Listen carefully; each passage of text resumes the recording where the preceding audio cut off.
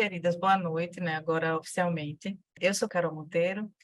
Deixa eu falar um pouquinho do meu currículo. Eu sou jornalista, né, de formação, me formei aqui na Universidade Federal de Pernambuco e também fiz o meu mestrado e o meu doutorado em design. Na verdade, eu, em 2009, quis voltar a estudar e aí fui procurar em uma outra área, né, ainda dentro da área, uma área muito afim à comunicação, mas eu queria pensar um pouquinho fora do campo do jornalismo e encontrar uma formação que fosse complementar, né? E aí encontrei no design, em uma linha de estudo, de pesquisa de design da informação, onde eu terminei fazendo meu mestrado e o meu doutorado. E eu faço pesquisa sobre metodologias de inovação e particularmente o design thinking, né, que é uma metodologia do campo do design para a gente pensar soluções inovadoras para problemas em várias áreas. E aí, consequentemente, de tanto pensar e estudar metodologias de inovação no design, eu terminei trazendo isso tanto para a minha prática, né, do jornalismo, quanto para dentro da sala de aula, né? E aí eu sou professora também de jornalismo da Universidade Católica de Pernambuco e também do mestrado profissional em indústrias criativas, né? A parceria da AJO é com o mestrado, então todos os professores e professoras que vocês vão conhecer aqui estão de alguma forma ligados ao mestrado da Católica também. E aí eu trago para a sala de aula essa forma de tentar pensar a inovação dentro do jornalismo, pensar a inovação não só do ponto de vista de construção de narrativa, né, de como contar as histórias de uma forma inovadora, mas também pensando na gestão, né, de projetos, de organizações de jornalismo, principalmente de jornalismo independente, né, que é também uma área, né, de atuação minha. Eu sou cofundadora e gestora da Marco Zero Conteúdo, né, que é esse coletivo de jornalismo independente e investigativo aqui do Recife. Não sei se vocês conhecem, mas é um site que está no ar desde 2015 e a gente vai ter aqui na terça, aliás, na quarta e na quinta-feira, a gente vai ter Sérgio Miguel Buarque, que também é um dos cofundadores, né, junto comigo, para trazer um pouquinho do caso da Marco Zero, né? A gente vai explicar um pouco como é que a gente alcançou a sustentabilidade. A Marco Zero está no ar desde 2015. Desde 2017 a gente é sustentável, temos financiamento de organizações internacionais, um caminho que não foi fácil, né? Não foi simples, é um caminho bem suado. A gente errou muito ao longo desse processo, acertou em tantas outras, e a ideia é um pouco compartilhar a experiência da Marco Zero, que é única porque, né, não é replicável no sentido de que todas as organizações, né, todas as empresas vão ter a sua história e os seus caminhos, mas eu acho que dali dá para sair alguns insights, né, em busca da sustentabilidade, que é o tema, né, desse primeiro módulo, né? A gente foi logo na jugular, assim, de botar o primeiro módulo do curso, o tema, na pauta que vocês mais pediram na pesquisa, né, pelo menos as organizações que responderam à pesquisa da AJO, o maior interesse era exatamente em captação de recursos e sustentabilidade financeira. Então, a gente vai tentar trazer, a partir de outras experiências e também a experiência da Marco Zero, claro, como é que a gente pode buscar essa sustentabilidade e captar recursos. No momento, eu também sou presidente do Conselho Deliberativo e Executivo da AJO, né? Isso é uma honra, né? E um prazer, essa função que eu estou assumindo agora, né? Literalmente, né? Por esses meses, assim, já houve a eleição, né? Para o novo conselho. Agora a gente está aguardando só o trâmite de cartório, né? Para formalizar, inclusive, o anúncio.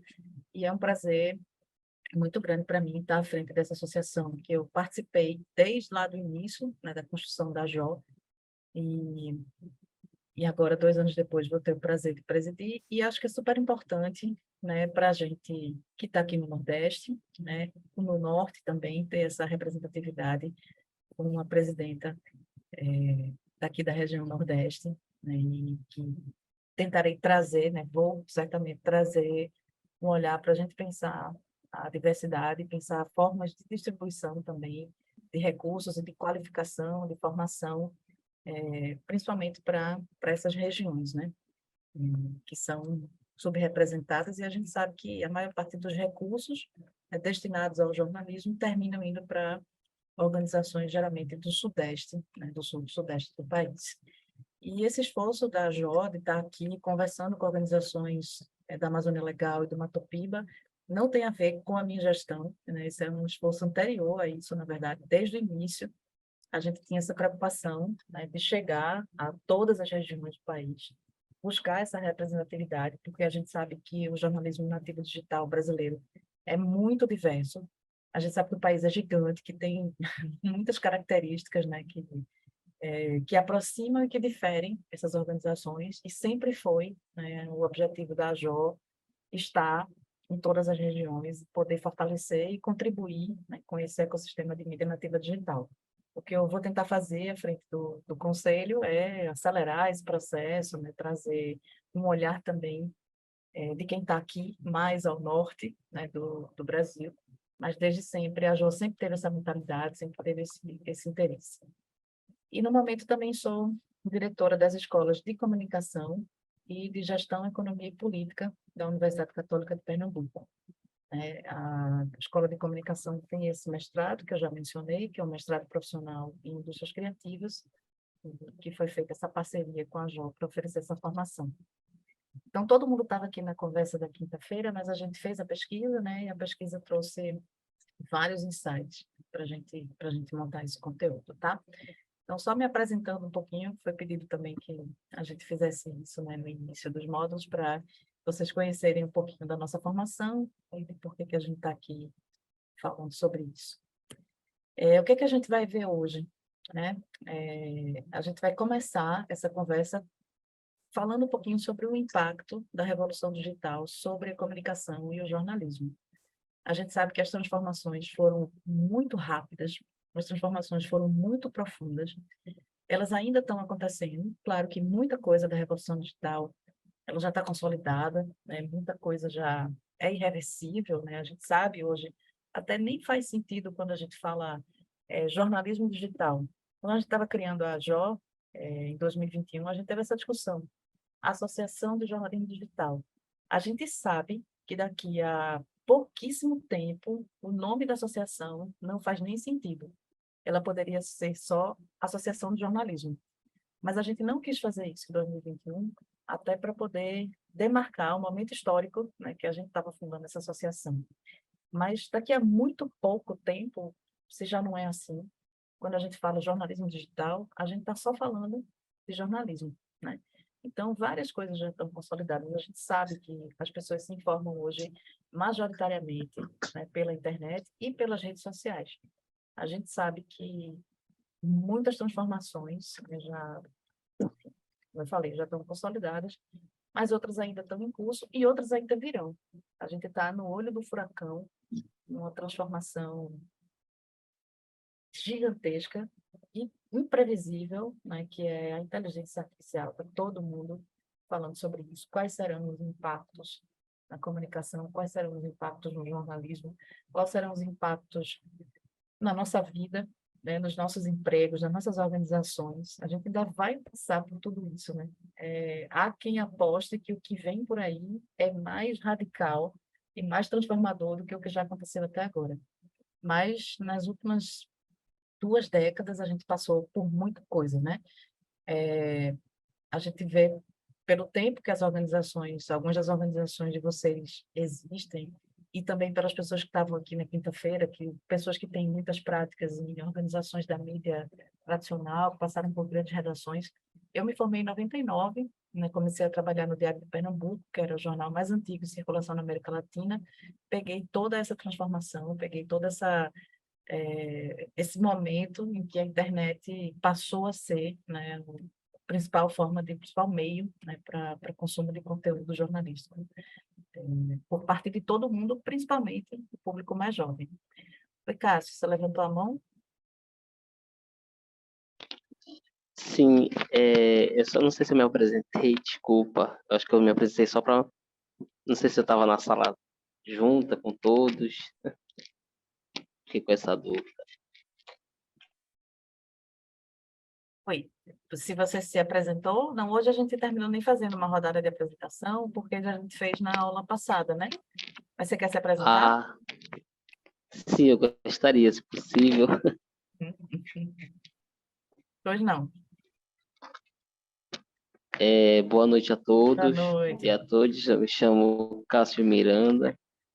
Eu faço parte do coletivo Periferia em Foco, aqui em Belém do Pará, e a gente está muito feliz por estar participando, tá, dessa formação. Eu acho que é muito importante, vocês estão já de parabéns, quero parabenizar vocês, a equipe, por vocês estarem compartilhando o conhecimento de vocês. Eu acredito que isso que é o mais legal, né? Essa troca, né? Que E a massa. gente trabalha as narrativas periféricas, a gente potencializa as vozes, nosso jornalismo é independente, a gente está aqui na Amazônia, a gente está de olho em toda esse turbilhão de que está acontecendo, cúpula da Amazônia, diálogo amazônico, COP, enfim, efeitos climáticos, e eu acho muito importante tudo que eu vou aprender aqui para me levar para o meu coletivo e compartilhar e a gente tentar instrumentalizar tudo, consolidar, né, para que a gente amplie cada vez mais o nosso trabalho. É Massa. isso, vamos junto. Vamos. Muito obrigada pela apresentação. Então, aí a gente vai fazer um pouquinho desse passeio, né, entender um pouco melhor o impacto da Revolução Digital. Depois a gente vai falar sobre o panorama da produção e o consumo de conteúdo jornalístico no Brasil e no mundo. E terminamos a noite de hoje com algumas reflexões sobre o momento atual, né, e quais são as ameaças e quais são as oportunidades assim, que a gente tem para esse jornalismo independente, nativo digital, que eu acho que todas as nossas organizações praticam, tá? Fiquem à vontade. A gente está gravando esse conteúdo, depois vai ter uma edição para a gente colocar no YouTube. Então, seria interessante, vocês podem colocar as perguntas no chat, ou talvez tenha alguns momentos em que eu vou parar e vou perguntar se alguém tem alguma dúvida, se alguém tem algum comentário, tá? Para a gente tentar facilitar a vida do pessoal da edição, quando pegar o material bruto aqui, quando terminar, tá? Mas a ideia é que seja uma conversa, a ideia é que seja uma troca, que a gente possa realmente ouvir as experiências de vocês, conversar, criar redes, né? Eu falei isso na quinta-feira. Eu acho que o que está nascendo aqui hoje com esse projeto é uma rede que a gente espera que exista durante essas semanas em que o curso vai ser oferecido, mas que ela continue existindo também quando terminar essa formação e que seja uma rede forte, potente, e capaz de qualificar e fortalecer no jornalismo praticado, né, nos territórios de vocês, que são territórios tão importantes, tão estratégicos para o futuro do Brasil, para o futuro do mundo, né? O Cássio falou agora sobre a Amazônia, né? E, enfim, a gente sabe da importância da estratégia e do que representa esse território e da necessidade que é ter um jornalismo independente, de qualidade e que seja forte, que seja sustentável, né, que seja resistente para que exatamente possa investigar, denunciar, cobrar, né, e tenha condições de fazer isso com toda a qualidade, todo o suporte aos profissionais, com toda a segurança também. Né? Segurança vai ser tema de um dos módulos aqui desse curso, porque é uma região também que requer cuidados ainda maiores em relação à segurança dos profissionais, tá? Bom, mas essa é a nossa conversa de hoje. E aí eu queria começar falando sobre, trazendo uma frase, que é uma frase de uma historiadora inglesa, chamada Elizabeth Eisenstein, em que ela diz assim: quando o acesso à informação é radicalmente ampliado, há um período de confusão, e tudo que valia antes é posto em dúvida. O que a Revolução Digital trouxe, né, para as sociedades contemporâneas, no final do século XX, início do século XXI, foi basicamente isso, né? Acesso à informação radicalmente ampliado. Por mais que a gente já tivesse grandes emissoras de rádio e TV, por mais que a gente tivesse jornais, né, de grande circulação, a gente inquestionavelmente passou a ter, a partir da internet, principalmente da internet comercial, né, no final dos anos 90, a gente passou a ter mais pessoas acessando a informação e mais informação disponível para essas pessoas acessarem. Eu lembro quando eu estava, né, no iníciozinho dos anos 2000, na redação do Diário de Pernambuco, todos nós maravilhados, né, fascinados com a possibilidade da gente poder ler os principais jornais do mundo, né? A gente podia ler o New York Times, a gente podia acessar o site da Folha de São Paulo, a gente podia ler revistas também né, de fora do Brasil e de outras regiões do país que a gente não tinha acesso, né, fácil, estando aqui no Recife, inclusive. Eu lembro que para comprar o New York Times para ler, a gente tinha que ir até o aeroporto, né, tinha alguns exemplares, eventualmente, para ter acesso a isso. A gente tinha acesso à biblioteca do Congresso, né, com uma série de documentos, enfim, era aquele momento da internet chamada internet 1.0, em que encantava a todos a possibilidade de um acesso à informação radicalmente ampliado. E a partir daí a gente começou a ver uma série de transformações e um período de muita confusão, né? Até hoje a gente responde essa pergunta se os impressos vão acabar, quando na verdade eles já estão, agora sim, eles estão acabando, mas ali nos anos 2000 era um grande dilema, né? Um grande debate, eu acho que em todas as redações, em todas as universidades também, em todos os cursos de jornalismo, todo mundo discutindo o futuro do jornalismo impresso, o futuro da comunicação profissional, o futuro da comunicação de massa. Se questionava não só saindo um pouco da comunicação, mas quando a gente pensa também nas transformações no campo da economia, né, comércio eletrônico, educação à distância, eram tantas transformações na forma como as pessoas consumiam, se informavam, se relacionavam, né, que muitas coisas começaram a ser questionadas, né? Inclusive nossos modelos de negócios, inclusive os poderes instituídos, né? Com acesso à internet, qualquer pessoa, né, conectada consegue falar para uma grande quantidade de pessoas e questionar versões oficiais, questionar o próprio jornalismo, questionar governos, né? A gente sabe que a internet abriu a porta, né, para uma série de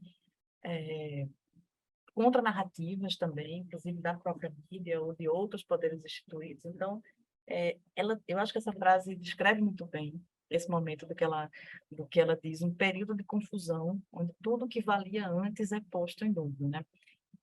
E ela fala isso, essa frase é de um livro chamado The Printing Revolution. E quando ela está falando desse momento de acesso à informação radicalmente ampliado, de um período de confusão, de um período de muita dúvida, em que a gente não sabe exatamente o que vai acontecer, né? Ela está falando, na verdade, não do século XXI, mas ela está falando do século XV, quando Johannes Gutenberg inventou a imprensa, né? Todos vocês conhecem a história, né? Gutenberg, que inventou essa máquina, uma máquina que facilitava a impressão, e a máquina nem foi necessariamente inventada por ele, né? Na verdade, é uma adaptação de uma invenção chinesa de 300 anos antes, né? Só que na China, essa tecnologia, ela não provocou nenhuma mudança radical no consumo, na distribuição e no consumo de informação.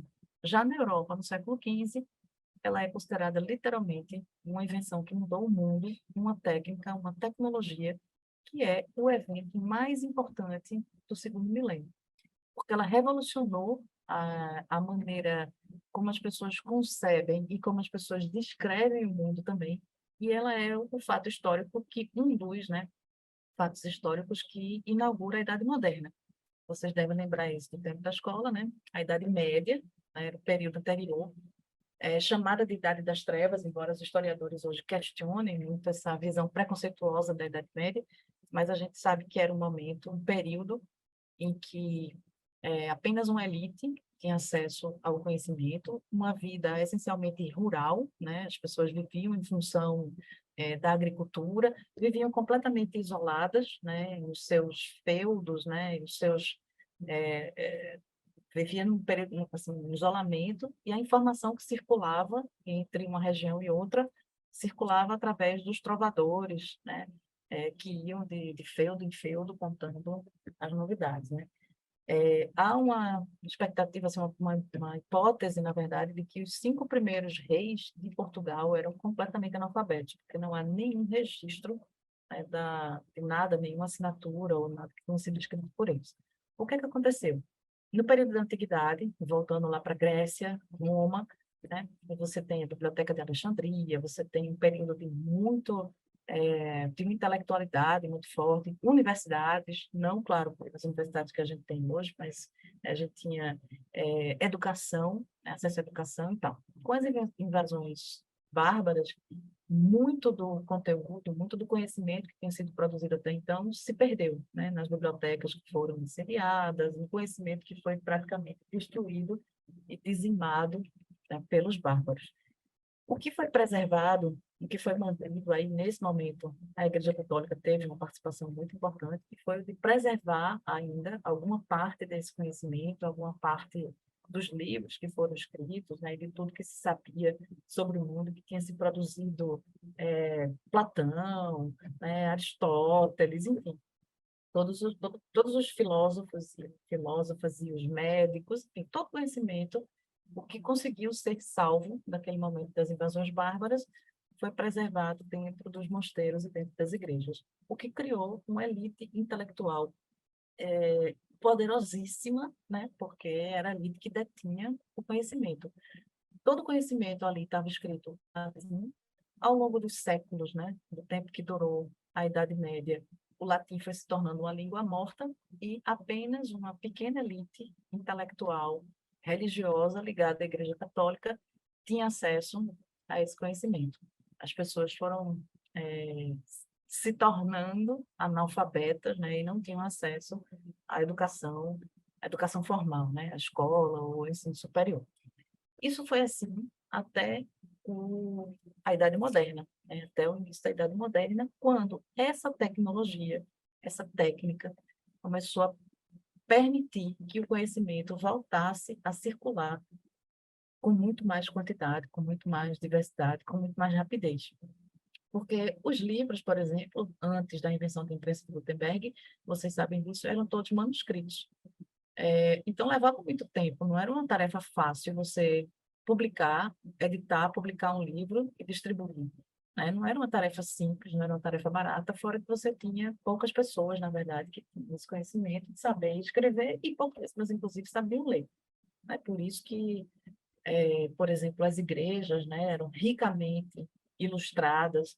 A própria Bíblia, né, era ilustrada, as iluminuras, né, que eram as ilustrações que contavam as passagens bíblicas, porque as pessoas simplesmente não conseguiam, não sabiam ler, em sua maioria.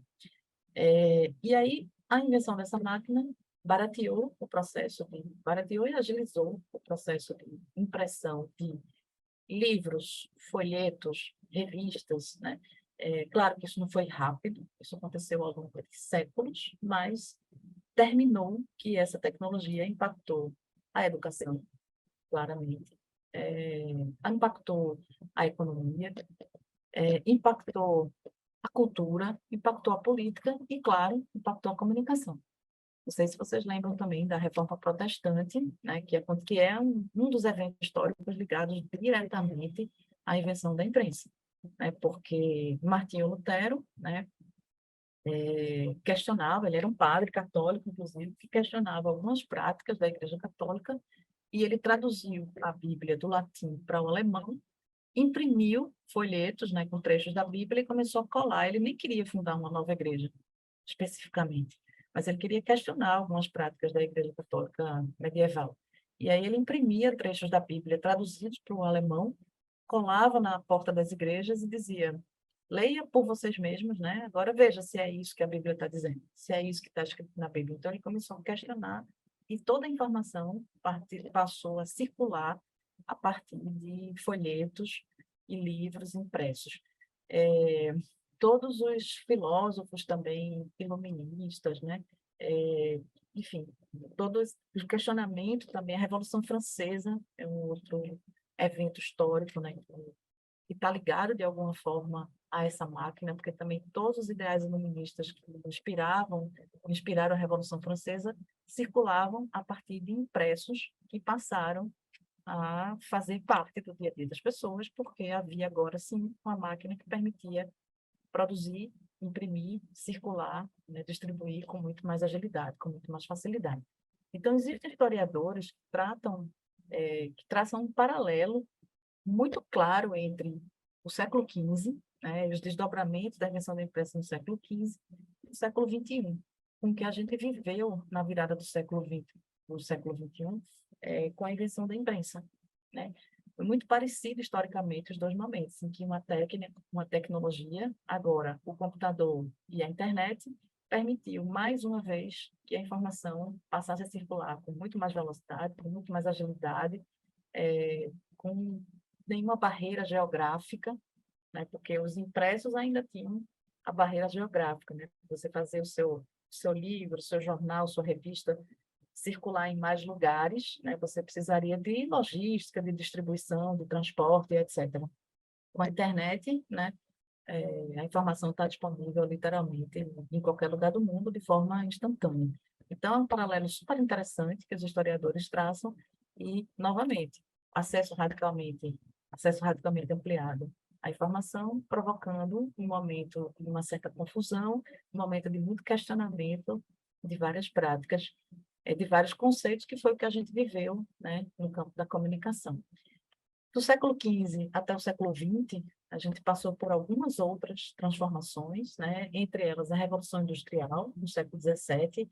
E aí, o que aconteceu? No século XVII, o jornalismo passa a existir como uma atividade industrial. Claro que já existia desde a antiguidade algo parecido com o jornal, que não era nada a ver com o jornal que a gente faz, o que a gente conhece, mas eram, por exemplo, as atas de urbes, né, que eram atas que Júlio César, né, mandava colar lá nas portas das cidades, dizendo o que é que tinha sido discutido, o que é que tinha sido conversado ali na Ágora, e etc. Então, existe desde a antiguidade coisas que não são necessariamente jornalismo, mas que cumpriam, né, a função de manter as pessoas informadas. Eu falei da Idade Média dos trovadores, era isso, né? Eles iam de cidade em cidade, de feudo em feudo, contando as novidades, o rei que casou, o fulano que morreu, a colheita de não sei quem que se perdeu. Enfim, eles iam cumprindo um papel, né, um papel que depois viria a ser do jornalismo, mas era um papel de contar a história do mundo e de levar as informações e as notícias, entre aspas, né, de um canto para o outro. Depois da Revolução Industrial, no século XVII, aí nasce o jornalismo como uma atividade industrial. E essa atividade é acelerada pelo contexto da urbanização, né? Porque vocês sabem, depois da Revolução Industrial, começaram a surgir as cidades começaram a atrair as pessoas, né, que vinham do campo para trabalhar nas fábricas, e começam a surgir ali os primeiros grandes aglomerados urbanos, começa a surgir um pouco mais para frente, no século XVIII, para o século XIX, um conceito de massa, porque aí você já tinha cidades em que havia massas de trabalhadores nas fábricas e no comércio, e essa massa ela precisava se manter informada, ela precisava se manter entretida e também, de certa forma, controlada, né? Nesse contexto, pós-revolução industrial, nasce não só o jornalismo, mas nascem também a publicidade, né? Porque antes da Revolução Industrial, os produtos manufaturados não tinha necessidade, né, de você diferenciar um produto do outro, porque você tinha pouquíssimos fabricantes de produtos e não havia publicidade e marketing, né? Depois que os produtos começam a ser produzidos em larga escala, você precisa ter uma forma de dizer, olha, meu produto é melhor do que o seu, e aí a publicidade vai surgir também nesse contexto, após a Revolução Industrial, assim como também o design, né? O design também surge no, na reboque, né, da Revolução Industrial também, para atender a essa possibilidade de produção de produtos em larga escala. E aí o jornalismo nasce para informar essas massas, né, para exibir a publicidade também, e para entreter, informar, enfim, participar desse contexto, né, social, político, econômico, etc., e passou a ser, principalmente, né, a Europa no século XVIII e no século XIX. Ao longo do século XIX, aliás, século XVII, século XVIII, ao longo do século XIX e especialmente no século XX, a gente tem a indústria jornalística se tornando extremamente poderosa, respeitável e rentável, né? Novamente, outras tecnologias, como o rádio e a televisão, né, que surgiram no final do século XIX, ali, início, meados do século XX, e mais espaço, né, novos meios para que a informação, para que o entretenimento e para que o conteúdo jornalístico circulasse e alcançasse as massas, né, que a essa altura eram ainda mais volumosas do que ali no início do século XIX. Então, a gente tem uma indústria jornalística, aí sim, a gente pode falar de uma indústria jornalística que era extremamente poderosa, extremamente respeitável e, acima de tudo, muito rentável, né? Por que era rentável e poderosa? Porque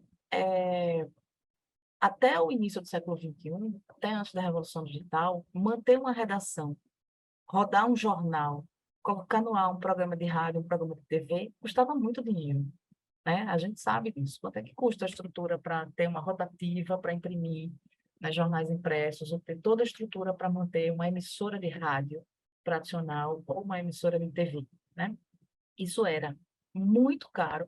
Então, até o início do século XXI, a tarefa, né, de produzir, categorizar, distribuir conteúdo era ainda uma exclusividade para muito poucos, né? Poucas pessoas detinham esses modos de produção e, consequentemente, eram pessoas muito ricas. Aqui no Brasil, a gente tem as tais 7 famílias que controlam a mídia tradicional. Aqui a gente tem os grandes grupos de comunicação, aqui a gente tem toda essa história, né, dos grandes veículos e dos grandes grupos, que ao longo do século XX, né, eram esses poucos que poderiam produzir, categorizar e distribuir o conteúdo jornalístico.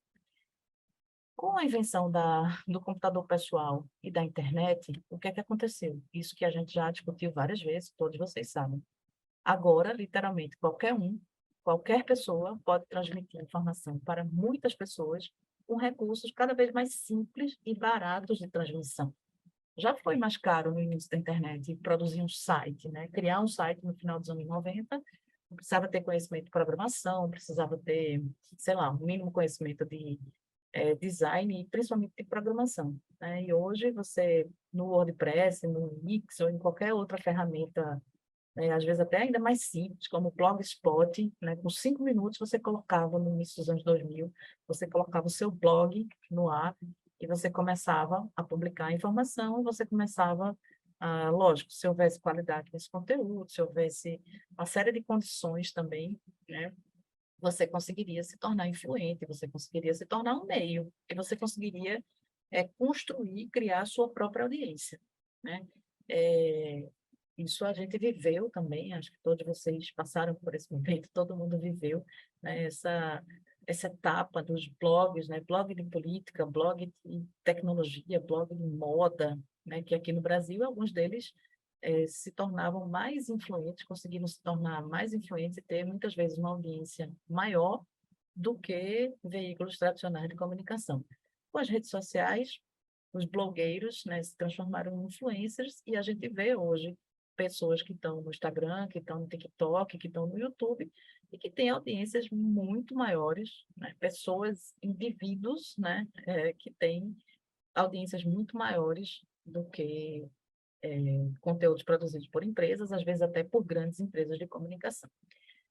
Todas essas transformações provocaram impactos, lógico, e ainda provocam até hoje. Inicialmente, os impactos maiores foram sobre os meios impressos. Na verdade, sobre os meios impressos, o impacto ele foi brutal, né? Foi muito brusco e de uma hora para outra a gente viu jornais impressos, revistas, veículos extremamente tradicionais, no caso do Brasil, o Jornal do Brasil, né? E vários outros que simplesmente fecharam as suas portas, né? A gente passou, na primeira década do século XXI, por esse movimento em que várias redações passaram ou a funcionar somente nas suas versões online, ou circulando, ou simplesmente fechavam, né? Deixavam realmente de existir. E por que que isso aconteceu? Né? Não foi só porque o blogueiro de moda ou de política ou a blogueira de tecnologia começou a produzir conteúdo sobre isso. Na verdade, começou a produzir conteúdo com mais qualidade, com mais, sei lá, credibilidade. Não foi assim, e não foi tão rápido. Na verdade, a ruptura brusca e grande e a ruptura realmente impactante foi no modelo de negócios, né? Porque desde lá, né, depois da Revolução Industrial, quando o jornalismo se tornou uma atividade industrial, a gente tem um modelo de negócios do jornalismo que está baseado na receita gerada por duas fontes, basicamente, que são os anúncios e a assinatura. A assinatura, na verdade, nunca pagou a conta, né? Sempre foram os anunciantes, né? Sempre foram os anúncios que bancaram, embora os jornais tivessem uma parte importante da sua receita advinda de assinatura, né? Os jornais e as revistas. Mas esse modelo, né, o modelo clássico, histórico de negócios do jornalismo, estava baseado nessas duas fontes de receita. Quando a gente pensa em rádio e TV, principalmente TV aberta, porque até a gente tem hoje, né, TV fechada, que funciona com modelo de assinatura, mas a TV aberta e o rádio tinham o seu modelo de negócios baseado única e exclusivamente na venda de anúncios. E o que é que aconteceu? Toda a receita que era gerada pela publicidade ela não migrou, por exemplo, do impresso para o digital. O anunciante não deixou de anunciar no jornal impresso ou na revista para ir anunciar no site da revista. Não deixou de anunciar no intervalo do programa de TV para ir anunciar no site da TV. Né? Esse anunciante deixou de anunciar nas páginas e nos intervalos de programação de rádio e TV para ir anunciar no Google, para anunciar no Facebook, para anunciar no YouTube, para anunciar no Instagram, onde você tem muito mais assertividade, né? Porque quando a gente pensa, o anunciante do jornal impresso, ele só conseguiria saber a circulação do jornal naquele dia e algumas informações mais ou menos precisas sobre os leitores daquele veículo, né? Aí a gente dizia assim, as equipes comerciais, né, dos jornais diziam, nosso jornal tem um público, uma média de idade tanto a tanto, nível de escolaridade tanto a tanto, gênero assim, assim, e tais e tais características. O anúncio era impresso naquela página e tudo que você conseguia saber sobre o seu anúncio era quantos exemplares foram vendidos naquele dia. Mas você não sabe se a pessoa viu o seu anúncio, você não sabe se ela se interessou, se ela foi impactada ou não por aquele anúncio, porque ela pode simplesmente nem ter pego o jornal daquele dia, pode ter colocado direitinho no canto do cachorro para, né, para o cachorro fazer cocô. Ela pode ter, meu anúncio está no caderno de esportes, mas eu não gosto de esportes, eu posso simplesmente tirar aquele caderno, deixar do lado e não ter lido. Então, não tinha nenhuma garantia para quem anunciava. A mesma coisa na televisão e no rádio, né? Você exibe o seu anúncio no intervalo do jornal e você não sabe se a pessoa estava no banheiro, enfim. E era muito caro também, né? Vocês devem lembrar, ainda é caro, né? Mas era muito mais do que já foi você anunciar em rádio, TV, etc. E aí o Google, o YouTube, o Facebook nascem com essa proposta de você falar diretamente com o público que você quer, com muito mais assertividade, com um custo muito menor, né, para veicular o seu anúncio, consequentemente, com um impacto e um resultado muito melhor.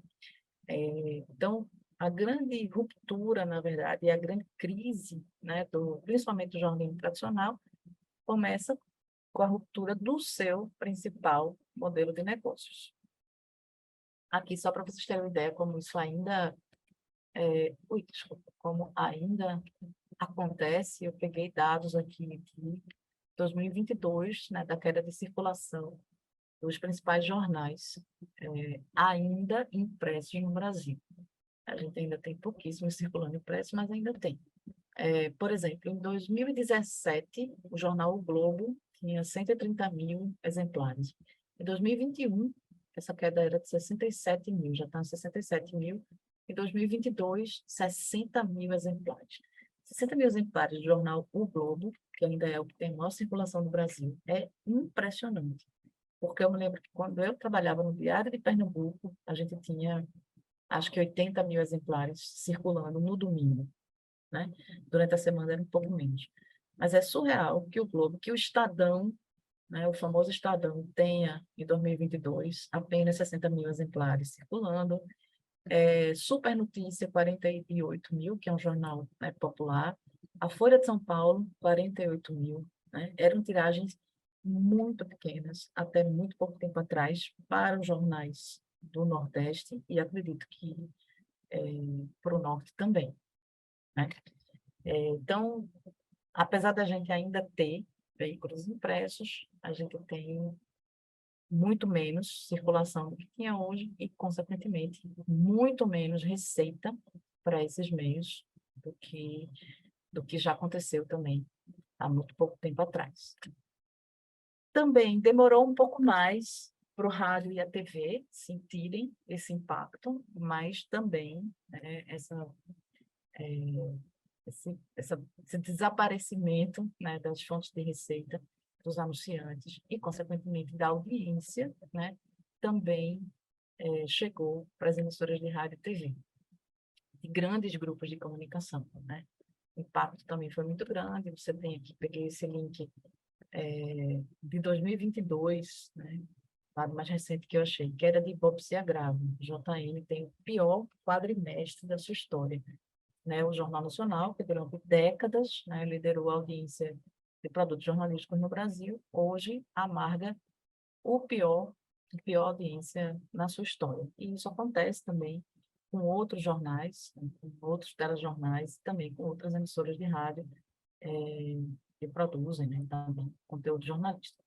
E aí teve, né, consolidou-se esse cenário, que é um cenário de crise da mídia tradicional, né? Tem muita gente que fala assim, crise do jornalismo, e eu, desde muito cedo, inclusive em sala de aula, tendo a não falar sobre crise de jornalismo, tento falar sobre crise de jornais, ou crise de empresas jornalísticas, né? Porque daqui a pouco a gente vai falar um pouco sobre o outro lado disso, e sobre as oportunidades e as possibilidades exatamente para os veículos, né, que são nativos digitais e que já nascem com mais desenvoltura, que já nascem com mais familiaridade, inclusive, né, para existirem, né, nesses meios.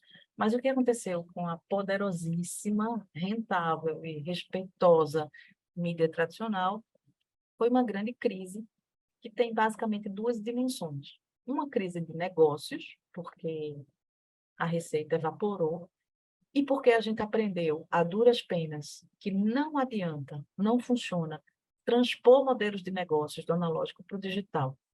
A gente, como usuário de internet, quem é que lê anúncio? Quem é que vê anúncio na internet?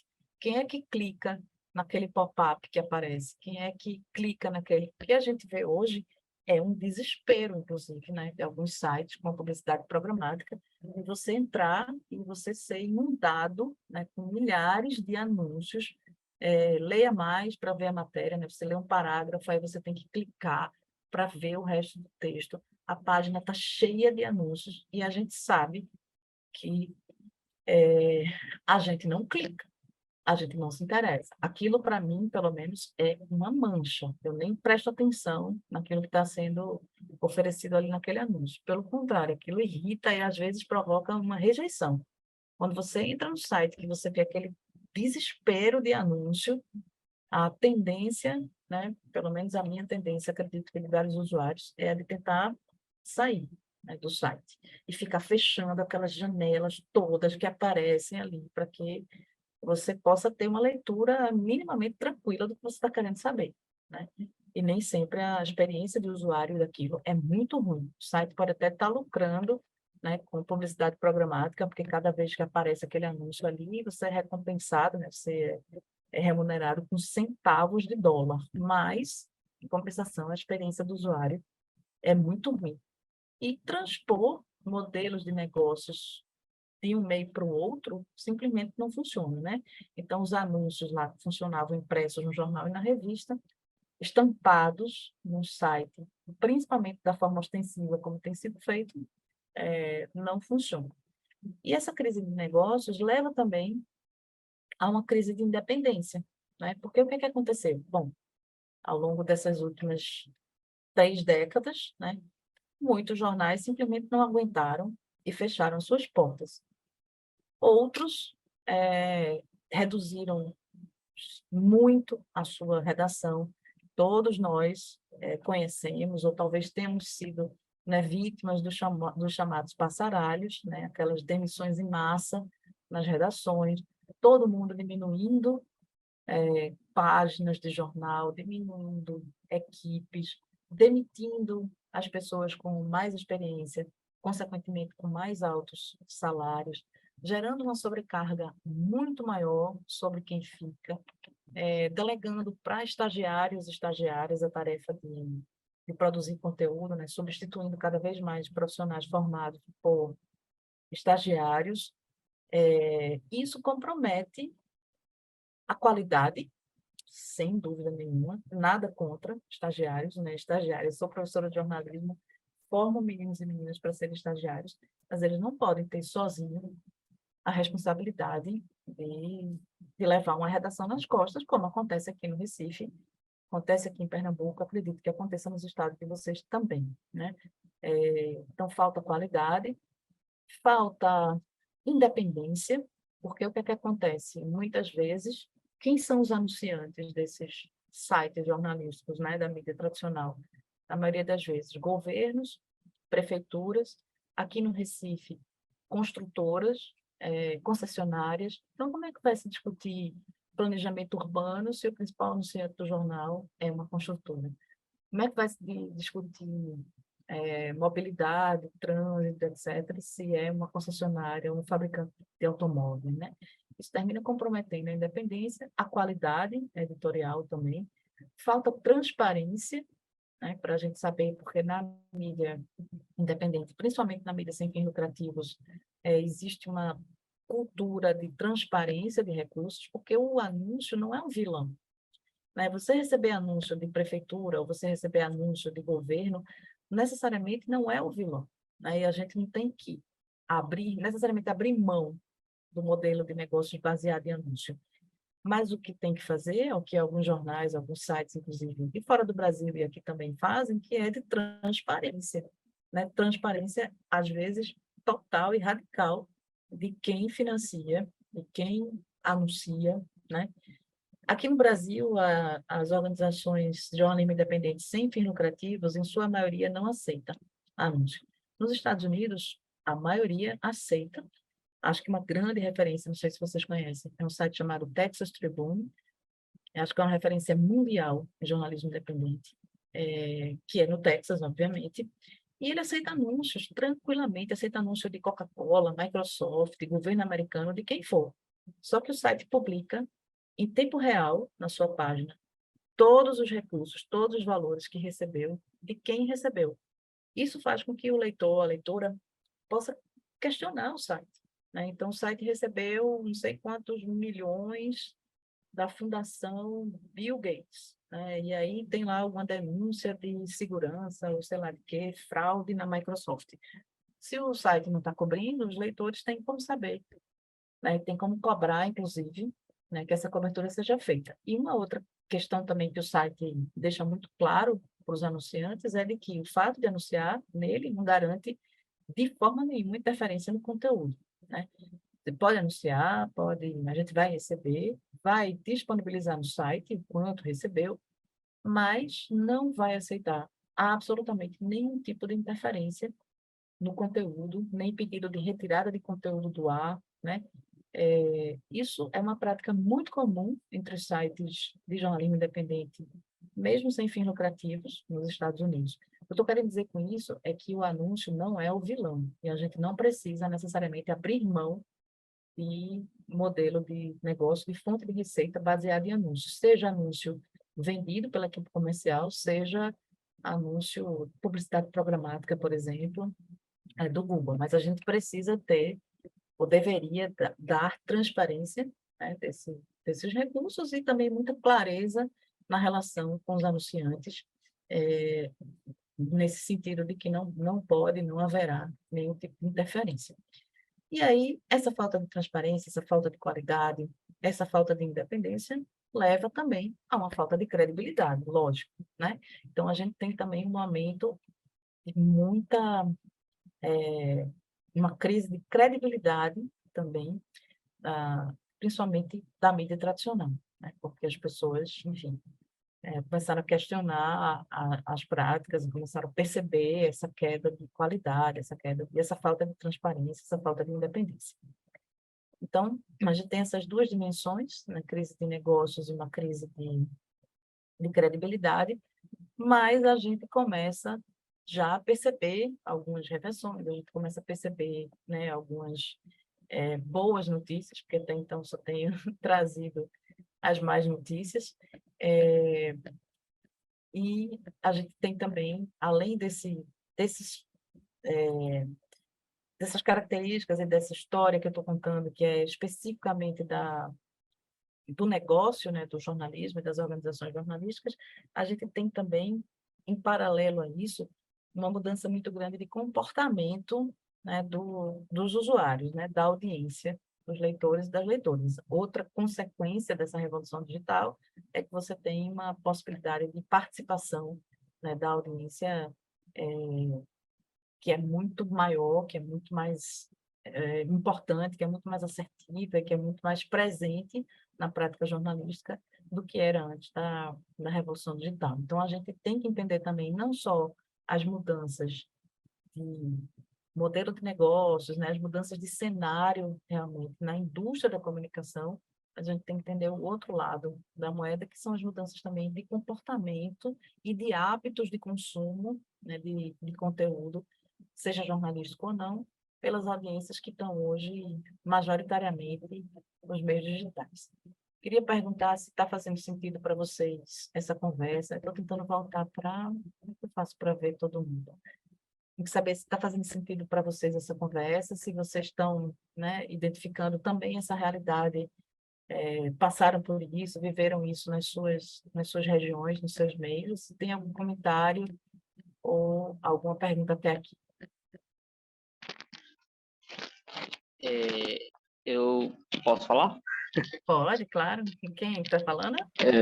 Cássio, Oi, Cássio. faz sim total sentido e eu vejo e me recordo, Carol, do meu tempo de academia. Você fazendo esse apanhado geral, eu me lembro lá quando eu estava na faculdade, a gente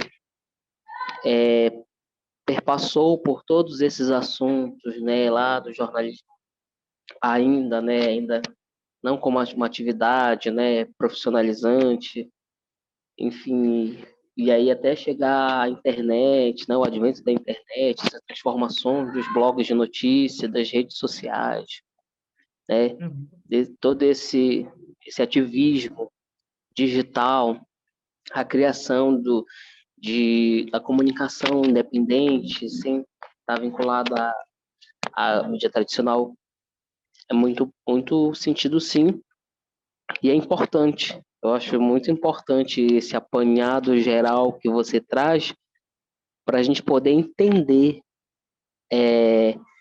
todo esse mecanismo, né, do que é a comunicação, essa ferramenta tão poderosa e aonde é que a gente está, onde é que a gente se coloca, Uhum. qual é o nosso papel enquanto comunicador popular, como é que a gente vai trabalhar essas narrativas, essas perspectivas dentro de um olhar muito criterioso também, com toda a responsabilidade, porque muitas vezes a gente pensa que fazer a comunicação popular é só, né, a gente criar um canal, Uhum. né, na rede social, não, a gente também tem que cada vez mais se aperfeiçoar, aprimorar as nossas técnicas, porque também a gente está ali fazendo um trabalho, um serviço, e precisa ter Uhum. todo esse rigor, precisa ter todo, né, essa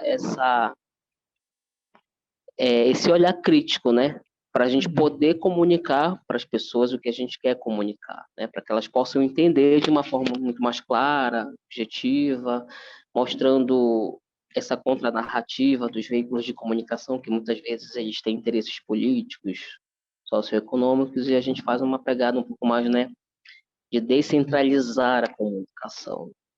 Sim. E aí é muito por esse caminho. Mas muitas E, vezes a gente precisa entender, porque senão a gente acaba sendo engolido. Eu percebo isso, né? Que sempre a gente acaba sendo engolido. Se a gente não também caminhar junto com a mídia tradicional, a gente, se não fortalecer, a gente é engolido. Porque uhum. eles têm o que a gente não tem, que é o econômico, né? Que é o, enfim, essa é a minha contribuição. Não sei se eu falei alguma bobagem. Não, não, de jeito nenhum. Eu estou vendo que tem um monte de gente comentando aqui no chat, agora que eu vi. trazendo também, atualmente não tem mais jornal impresso diário em Roraima, outro em circulação virou só online durante a pandemia. Eu acho que aqui no Recife a gente só tem o Jornal do Comércio também, circulando ainda em modo impresso. Cássio está dizendo que tem alguns ainda em Belém, no Pará. Mais algum comentário, gente? A Vanessa fala da qualidade dos estagiários que estão chegando na redação, e aí eu, como professora, concordo. Estão chegando também as universidades, né, com algumas limitações, com algumas questões, principalmente de leitura e interpretação de texto. Aí tem a ver um pouco com os hábitos, né, com isso que a gente estava dizendo, com a falta de leitura, com a falta de familiaridade, de consumo. Sabe o que eu acho, Vanessa? Uma coisa que eu percebo nos meus alunos é que eles não têm repertório de conteúdo jornalístico. Veja, alunos que se matriculam em jornalismo, mas que não consomem conteúdo jornalista. Esse é um problema sério. Eu não sei, às vezes Sim, eu fico me perguntando o que é que eles estão fazendo lá, porque eles não são leitores, eles não são ouvintes, eles consomem até muito não conteúdo, consome, porque, é isso mesmo. porque você pode até dizer, oi, diz. Eu estou trabalhando, além do meu site, né? Eu trabalho numa rádio TV universitária, então a gente tem um contato muito grande com os acadêmicos do curso de comunicação da universidade. Uhum, E eu já percebi isso antes, quando eu estava em jornal comercial e agora estando numa emissora, mesmo estando numa emissora pública, a gente percebe essa dificuldade muito grande. E aí, no dia que a gente foi anunciar o resultado do vestibular desse ano, que tinha o curso de comunicação, e eu fiquei horrorizada porque uma pessoa foi aprovada no curso de comunicação e ela tirou 3 na redação, sendo que a prova é 30. Então, assim, ela tirou 10% numa redação. Falei, gente, como é que essa pessoa passou? Essa pessoa vai chegar aqui na redação da TV daqui a 2, 3 anos e ela não vai saber escrever. Falei, uhum, como é que vocês deixaram passar essa pessoa? E assim, a gente percebe, porque tinha um bolsista que o que ele citava, os livros que ele lia, eram coisas assim completamente fora do que a gente estava acostumado, né? E uhum, aí, aliado a isso, não sei se você percebe isso também, Carol, vem uma prepotência, talvez da idade da geração, não uhum, sei, uhum. e olha que eu nem sou tão longe, assim, eu tenho 32, mas não, eu já sei tudo, você não precisa me ensinar nada. Então, assim, é uma geração muito complicada que está chegando à redação, então isso aí me Sim, preocupa muito, a questão de sim. o jornalismo estar na mão dessas pessoas. E a falta de repertório, né?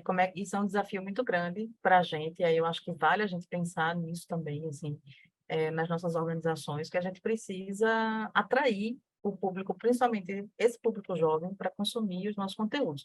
Eu faço muita pesquisa, né, com os meus alunos, também peço que eles pesquisem com os colegas e tudo, para a gente tentar entender por que que os jovens não consomem conteúdo jornalístico, e a gente tem algumas respostas que às vezes são meio duras para a gente, né? Por exemplo, não me sinto representado pelo conteúdo. Eu acho que esse assunto não é para mim, não me interessa. A linguagem é chata, o tom é repetitivo, não é feito para mim. Então, assim, existe algum... Até a gente fez, né, recentemente uma experiência muito bacana que chama Canal Reload, né, que eram 10 organizações de jornalismo independente do Brasil. A gente se reuniu para criar um canal que pegava a matéria, por exemplo, da Marco Zero, da Amazônia Real, até a Amazônia Real fazia parte do grupo. Pegava a matéria da agência pública, agência Lupa, e transformava. A gente brincava que o Reload era um DJ, porque ele fazia um remix, né, para deixar as matérias com a linguagem do público jovem. Então, era uma linguagem em vídeo, né? Aí o vídeo tinha um protagonismo, claro, muito grande, mas a gente transformou reportagens em lyric vídeo, transformou em videoclipe, né, no caso, transformou reportagens em quadrinhos, e a gente tinha meninos e meninas jovens de todo o Brasil, e aí tinham vários tipos, né, tinha meninos e meninas negros, trans, indígenas, vários grupos também, e eles eram os apresentadores do Reload, né, que era a ideia de pegar uma matéria da Repórter Brasil, por exemplo, ou da Amazônia Real, e remixar para um formato atrativo para o público jovem. Foi uma experiência incrível, durou 2 anos, depois terminou, né, também, inclusive por falta de recursos, né, de financiamento, mas eu acho que isso é um desafio para a gente buscar esse público, porque é esse público que vai tanto acessar, né, ou ser a audiência, quanto no futuro para quem a gente vai pedir doação, para quem a gente vai pedir que apoie, que assine, que pague, né, pelos nossos conteúdos, que é conteúdo jornalístico de qualidade, vocês sabem disso melhor do que eu, é caro, né, custa caro e alguém tem que pagar por isso. O Reload, infelizmente, Carol, acabou, Vanessa, mas a eu gente tem tudo liguei, no site. Oi, Valmir. eu liguei aqui o meu microfone só para te fazer uma pergunta em relação a esse projeto que você acaba de falar, Uhum. da remixagem das matérias. Eu queria saber o seguinte, teve audiência o conteúdo? Teve audiência, Porque a gente... Uhum. o grande problema é esse, né? Antigamente, você fez um belíssimo histórico aí da mídia, da imprensa, né? E do jornalismo impresso. Naquele período se buscava audiência. Então, quanto mais audiência, melhor para a empresa, né? A gente também não pode esquecer desse detalhe que nós vivemos num país capitalista e que há casos, por exemplo, de sites que o meu site é uma empresa, né? Uma empresa de jornalismo. A gente emprega aqui 10 pessoas, 10 jornalistas. Então, a gente está buscando um modelo de negócio também, num mercado que é capitalista, né? E o fundamental na internet, que eu acho que até mais do que no jornal impresso, é a audiência. Se você não tiver audiência, você não é ninguém, né? O site que não tem audiência não é nada. Por mais que você tenha sonhos, que você tenha ideais, sem audiência você não é nada. Então, primeiro a audiência, depois é essa questão, como financiar o jornalismo? Essa é a grande pergunta, a grande questão também, né? Como financiar? Por isso eu acho importante essa discussão que a gente está tendo nesse primeiro módulo, que é a questão do financiamento. Mas o que eu digo é isso, a gente precisa encontrar, por exemplo, o que dá audiência hoje em vídeo, né? Uhum. A gente e o jornalismo está longe disso, né? A bobagem, aquelas coisas simples e bobas, uma piada, uma coisa assim, gera muito mais audiência do que um conteúdo jornalístico. Agora, o conteúdo jornalístico não é importante mais para a sociedade, né? Uhum. Eu acho que É, a gente tem essa missão, sabe, Valmir, eu gosto muito do Fernando Fontanella, que vocês vão ter ele no segundo módulo, ele fica me provocando com uma expressão que eu acho ótima e adotei, que ele diz assim, olha, vocês que são jornalistas precisam fazer o jornalismo ser sexy novamente. E sexy, assim, no sentido de atrair mesmo, de atrair a atenção das pessoas, de fazer as pessoas quererem consumir, de fazer as pessoas quererem... eu acho que é um equilíbrio muito tênue entre forma e conteúdo, né? A gente tem que buscar, obviamente, a qualidade do conteúdo, essa daí é inquestionável e inegociável, mas eu acho que, às vezes, investir na forma, né? E você ter uma forma talvez um pouco mais atrativa, talvez um pouco mais leve. A gente fez um projeto na Marco Zero recentemente que chama Sou de Humanas. Até, Sérgio, que eu sei que Sérgio está aqui na sala, Jéssica, se puder botar o link, é marcozero.org/Sou de Humanas. É uma grande reportagem sobre, teve financiamento do Instituto Serra Pilheira, a gente se inscreveu no edital do Serra Pilheira, que era Futuro da Ciência, o papel da ciência no Brasil do amanhã. Era o edital e você submetia propostas e fomos selecionados, recebemos recursos para desenvolver esse projeto. É uma grande reportagem sobre o desmonte da educação no Brasil nos últimos 6 anos, né, desde 2016 até os 4 anos do governo Bolsonaro, todo o desmonte do ensino superior no Brasil, particularmente no campo das ciências humanas, porque as ciências humanas são os alvos preferenciais, eram os alvos preferenciais, né, do presidente Bolsonaro, dos ministros da educação bolsonaristas, inclusive, que cortavam verbas, orçamentos, etc. Então, a matéria era uma grande defesa, também era uma denúncia do desmonte e, ao mesmo tempo, uma grande defesa do papel das ciências humanas, né, no futuro do Brasil. E a gente usou a linguagem do Comedy News, né, que é difícil, assim, foi a nossa primeira experiência. Quem fez a matéria foi uma jornalista que é redatora do Greg News, ela e um redator de humor, muito interessante, o trabalho do Greg News, né? Eles trabalham com uma redatora jornalista, que faz toda a apuração, etc., e um redator de humor, que é um cara que entra no texto sério da jornalista para botar as piadas. Depois o Gregório entra e faz daí as piadas dele, o tom dele, etc. E aí Mariana, que é roteirista do Greg News, e Eduardo Branco, que é redator de humor, fizeram a matéria. E para se aproximar do público jovem, a gente chamou 4 estudantes da Católica, né, 2 alunos de jornalismo e 2 alunos de publicidade, para transformar o conteúdo num podcast. E a ideia dos meninos era um pouco parecida com a do Reload, só que em podcast. Era pegar o texto de Mariana e transformar em 3 episódios num podcast com a linguagem deles, né? Com as piadas deles, com os memes deles, inclusive com o humor de fazer brincadeira com nós mesmos, né, que somos de humanos. Esse trabalho está na final do Prêmio Cristina Tavares, que é principal prêmio aqui de Pernambuco. Amanhã vai ser a cerimônia, e ensinou bastante a gente na Marco Zero a buscar uma experimentação de linguagem, sabe? E a buscar. A Mariana é convencida de que o humor é uma das alternativas, assim, principalmente para falar com esse público jovem, o que não significa, de forma nenhuma, abrir mão, né, da qualidade do conteúdo e abrir mão da seriedade, né, do tema ou da apuração, o rigor, né, principalmente, não é nem a seriedade, mas é o rigor da apuração. Igual me tocou num ponto super importante, que é assim, para buscar sustentabilidade, né, para captar recursos, a gente precisa ter audiência, né? A gente precisa ter relevância e a gente precisa ter audiência. Mesmo que essa audiência seja uma audiência de nicho. A gente sabe que essa era da comunicação de massa, dos grandes veículos, das grandes audiências, ela acabou.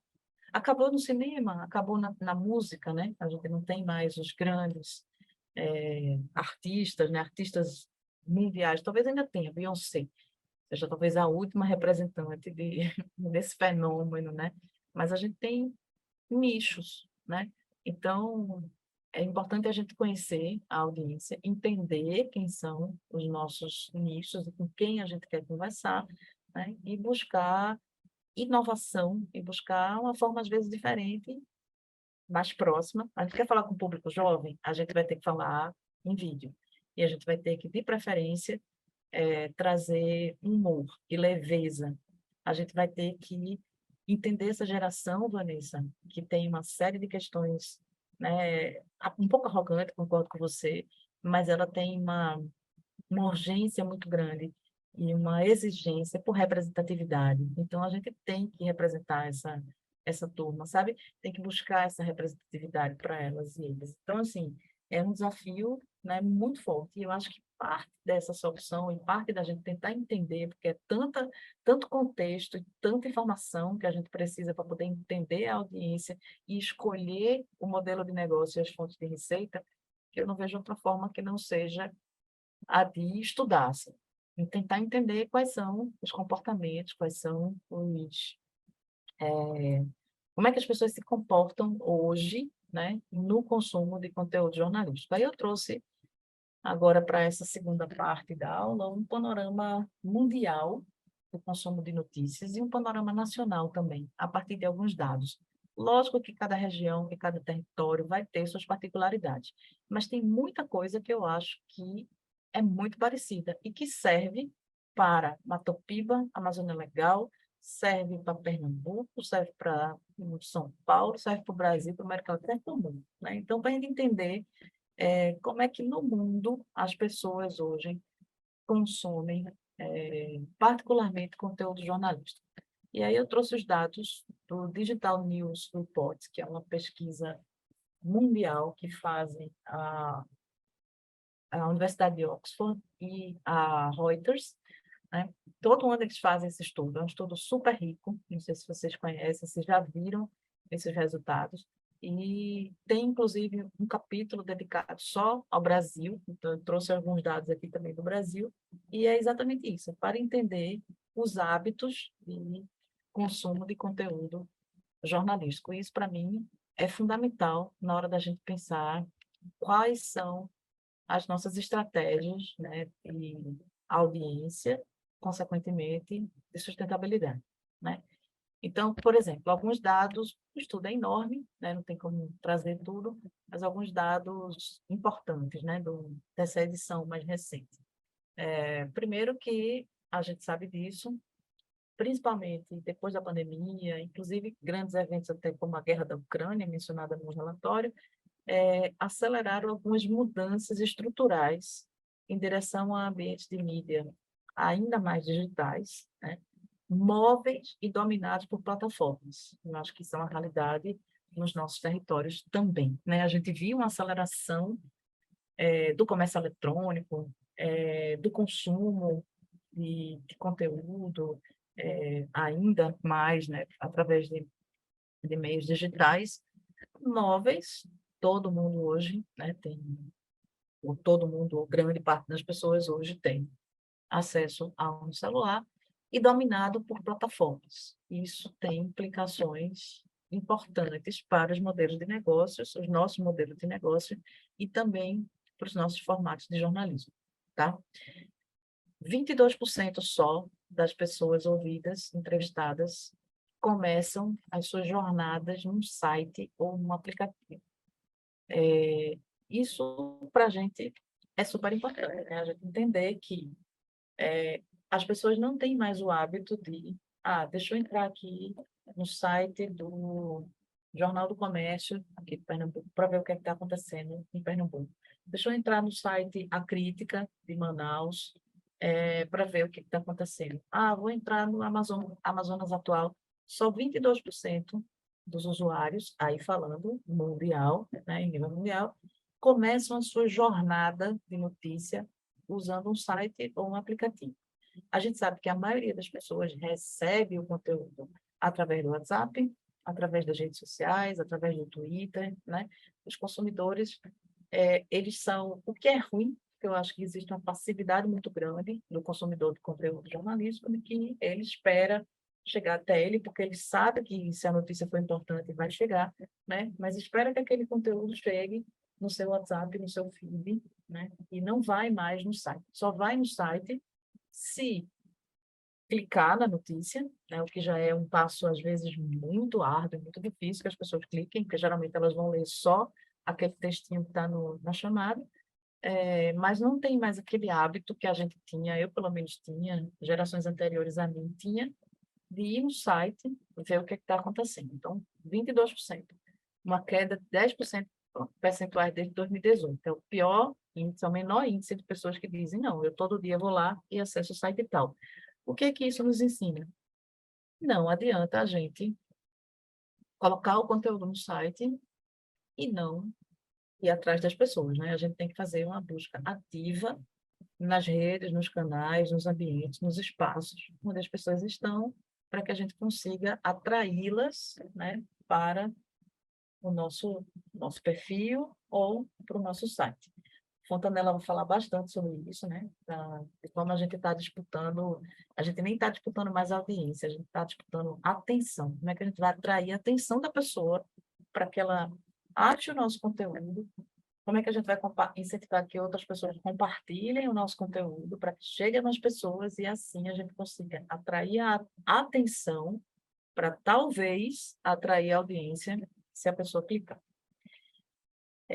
O Facebook continua sendo uma das redes mais usadas. Isso é interessante porque em alguns locais muita gente diz que o Facebook já morreu, mas apareceu no Digital News Report, que analisa 100 países, e apareceu na nossa pesquisa, que analisa Mato Piba e Amazônia Legal, que o Facebook continua sendo a rede mais usada em geral. Todas as organizações que a gente ouviu têm Facebook. Todas. Nem todas têm Twitter, nem todas têm Instagram. Então, é importante entender se no seu local, na sua cidade, na sua região, no seu estado, ainda faz sentido você dedicar tempo, esforço, para que essa busca ativa por atenção e audiência passe, de alguma forma, também pelo Facebook. Mas, claro, a influência no jornalismo do Facebook vai estar diminuindo, principalmente porque o Facebook mudou, ele mesmo tem se afastado das notícias, né? Eu acho que a gente tem recebido cada vez menos notícia por intenção da própria plataforma, né? Que tem diminuído a distribuição de conteúdo jornalístico, tá? A gente tem no Digital News Report um crescimento do TikTok, o TikTok 44%, principalmente no público de 18 a 24 anos, isso em todos os mercados, todos os 100 países ouvintes. 44% dos jovens de 18 a 24 anos usam TikTok e 20% dizem que usam para notícias. Ainda não é muito comum, né, você ver conteúdo jornalístico no TikTok. Tem algumas experiências no Brasil.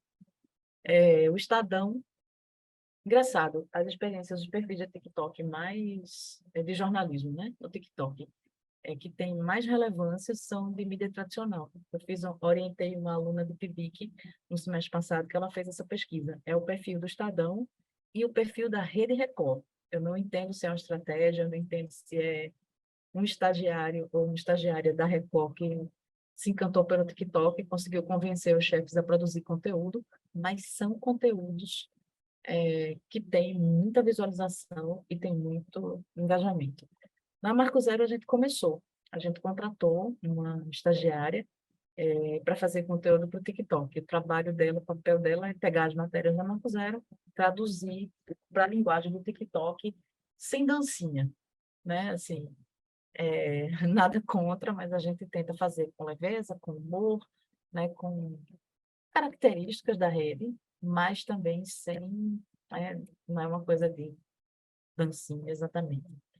Algumas experiências, acho que alguns momentos bem sucedidos. Desculpa, gente, o Digital News, eu falei 100 países, não são 46 países, mas nos 6 continentes. 100 é o número de entrevistados do ponto de inflexão, que é uma outra pesquisa que eu vou mostrar amanhã. É importante pensar sobre isso quando a gente está, né, entendendo como é que a gente vai buscar audiência, como é que a gente vai trazer o público mais jovem. Está na hora de ir para o TikTok, não está na hora de ir para o TikTok. Acho que essa é uma decisão individual, né, de cada veículo, de cada organização, em relação a que público quer chegar, né, onde quer estar e o que é estratégico ou não. Mas que as pessoas mais jovens, essa que a gente sabe que não se interessa por conteúdo jornalístico, estão majoritariamente no TikTok, sim, isso é um fato. Que outros dados eu acho que é relevante para a gente? Questão de confiança, né? Nível de confiança nas notícias. Caiu a cada ano, como eu já falei, essa pesquisa é feita anualmente. A cada ano, a gente vê que menos pessoas dizem que confiam no jornalismo, tá? O Brasil tem 43%. 43% das pessoas que responderam no Brasil dizem que confiam nas notícias, na maior parte do tempo. A média mundial é de 40%, o Brasil tem 43%. A Finlândia é o país com o nível mais alto de confiança e a Grécia o mais baixo, 19% só, né? Dizem que confiam. O Brasil tem 43%, ou seja, quase metade da população brasileira não confia no que a gente escreve. Isso é grave. Mas se você não confia, como você apoia? Né? Como você assina? Como você se disponibiliza a pagar por isso? Né? Essa discussão sobre a confiança, eu acho que ela tem que ser, né, uma pauta, ela tem que ser uma agenda dentro inclusive da AJO, né, acho que das associações, das organizações, e de cada veículo. Né? Como é que a gente pode fazer a nossa audiência confiar na gente? Eu gosto muito e falo muito dessa questão sobre abrir a caixa preta do jornalismo. A gente é jornalista e a gente sabe qual é o trabalho de um jornalista, qual é o papel de um comunicador popular, mas que não seja necessariamente jornalista profissional, mas que está interessado em transmitir, em passar informações de qualidade e de confiança. A gente sabe que o jornalismo tem seus métodos e suas técnicas próprias, a gente sabe como se faz um conteúdo jornalístico, mas as pessoas, os leitores, a audiência, o público em geral, não sabe. Então, acho que a gente precisa abrir a caixa preta do jornalismo e dizer para as pessoas como é que aquele conteúdo é feito. dizer quem é que financia aquele conteúdo. Eu falei do caso do Texas Tribune. Na Marco Zero, a gente publica uma vez por ano, né, toda vez no final do ano, a gente publica uma matéria que traz um balanço do ano da Marco Zero. Geralmente é Sérgio Miguel que faz essa matéria, geralmente não, sempre é Sérgio Miguel que faz essa matéria, e ele coloca lá todas as fontes de receita da Marco Zero. Se vocês procurarem no Google, a Marco Zero em números, está lá sempre, todo ano tem. Quantas matérias a gente fez, quais foram os temas que a gente cobriu, quais foram as parcerias que a gente fez naquele ano, quais foram os recursos que quanto a gente captou em recursos e como aquele recurso foi utilizado, né? Isso é abrir a caixa preta, isso é dar transparência ao funcionamento da Marco Zero como organização, né, de jornalismo sem fins lucrativos. E não só isso, mas também durante o processo de apuração, de checagem, né? A gente tem umas práticas assim também que eu acho muito interessantes, que não foi a gente que inventou, também são coisas que são usadas por outras redações. Por exemplo, quando a gente procura uma pessoa para dar uma resposta, ou um governo, ou uma pessoa denunciada por algum, envolvida de alguma maneira numa das nossas matérias, a gente procura a pessoa e a pessoa não responde, não retorna as tentativas de entrevista ou os questionamentos. Quando eu trabalhava no Diário de Pernambuco, a gente simplesmente colocava até o fechamento dessa edição, o fulano foi procurado e não respondeu. Na Marco Zero, a gente vai além disso. A gente vai colocar na matéria quem foi que a gente procurou, quantas vezes a gente procurou, com que tempo a gente procurou aquela resposta, para quem a gente direcionou as perguntas e, principalmente, as perguntas que foram feitas e não foram respondidas, tá? Porque isso fica muito claro para o leitor, para a leitora, todo o percurso que a gente percorreu, né? E a recusa, né? A negativa que a gente recebeu, né? Do governo. Eu lembro do governo, ou de quem seja, né? Eu lembro de uma cobertura que a gente fez, não sei se chegou por aí, mas teve acho que foi em 2022, o ano passado, aqui no Recife teve uma série de protestos contra Bolsonaro, e a Polícia Militar de Pernambuco reagiu, emboscou os manifestantes, na verdade, aguardaram os manifestantes, que era uma manifestação super pacífica, tranquilíssima, no centro do Recife, e a polícia se posicionou na saída assim, de uma ponte, né, onde a manifestação ia passar, ou seja, os manifestantes vinham numa ponte, eles não tinham para onde correr, no pé da ponte, a polícia militar posicionada abriu fogo, né, disparou bala de borracha, spray de pimenta, reagiu com truculência, com violência a esse protesto pacífico. 2 pessoas perderam o olho nessa manifestação, foi um caos. E a Marco Zero, a gente estava fazendo essa cobertura, era um final de semana, e a gente começou nas redes a procurar o governo do estado para responder sobre o que estava acontecendo. E as primeiras respostas que a gente obteve era, tipo, a gente não tem nada a ver com isso, ninguém vai comentar, ninguém vai responder, procure a SDS, faça... O governo do estado, no primeiro momento, tentou tirar o corpo fora, né, do que estava acontecendo ali. E a gente continuou na cobrança e continuou nas próprias redes a puxar uma hashtag, quem deu a ordem, que era pressionando o governo a dizer quem foi que deu a ordem para aquela reação, que claramente foi uma coisa orquestrada, né, pela própria polícia, né? Então, assim, e a gente dizia na matéria, para quem a gente ligou, o secretário tal atendeu, disse isso, fulano disse aquilo, todo o percurso, né, quase que em tempo real, a gente narrando todos os esforços, né, que a gente estava empreendendo, né, para tentar fazer essa cobertura e para tentar chegar no responsável, né, por essa ordem. Então, assim, são pequenas coisas, mas que vão dando ao leitor, à leitora, uma ideia de eu posso confiar nesse veículo. Esse veículo é transparente o suficiente para dizer quem financia, quanto financia. É transparente o suficiente para ter, por exemplo, uma política de erros, que é uma coisa que a AJO, inclusive, orienta e cobra que se tenha. Transparente o suficiente para dizer quem é o responsável por essa informação. né? Um dos critérios que a gente tem para a AJO, para aceitar a entrada de um veículo na AJO, é que o expediente esteja disponível no site. A gente pergunta, o site tem uma política de erros, o site tem transparência. Então, é importante para a gente, né, para saber quem é que a gente está admitindo dentro da associação, mas acho que é mais importante ainda para a gente tentar reverter esse cenário, né, em que 43% da população brasileira não confia no jornalismo que a gente faz. E também é importante para o financiador. A gente vai chegar mais para frente nisso, de falar diretamente sobre financiamento e sustentabilidade. É muito importante para quem financia essas organizações saber exatamente como é que seu recurso está sendo aplicado, o que é que está sendo feito com o recurso que está sendo, ou se você vai fazer isso com crowdfunding, ou se você vai pedir doação também por parte dos leitores.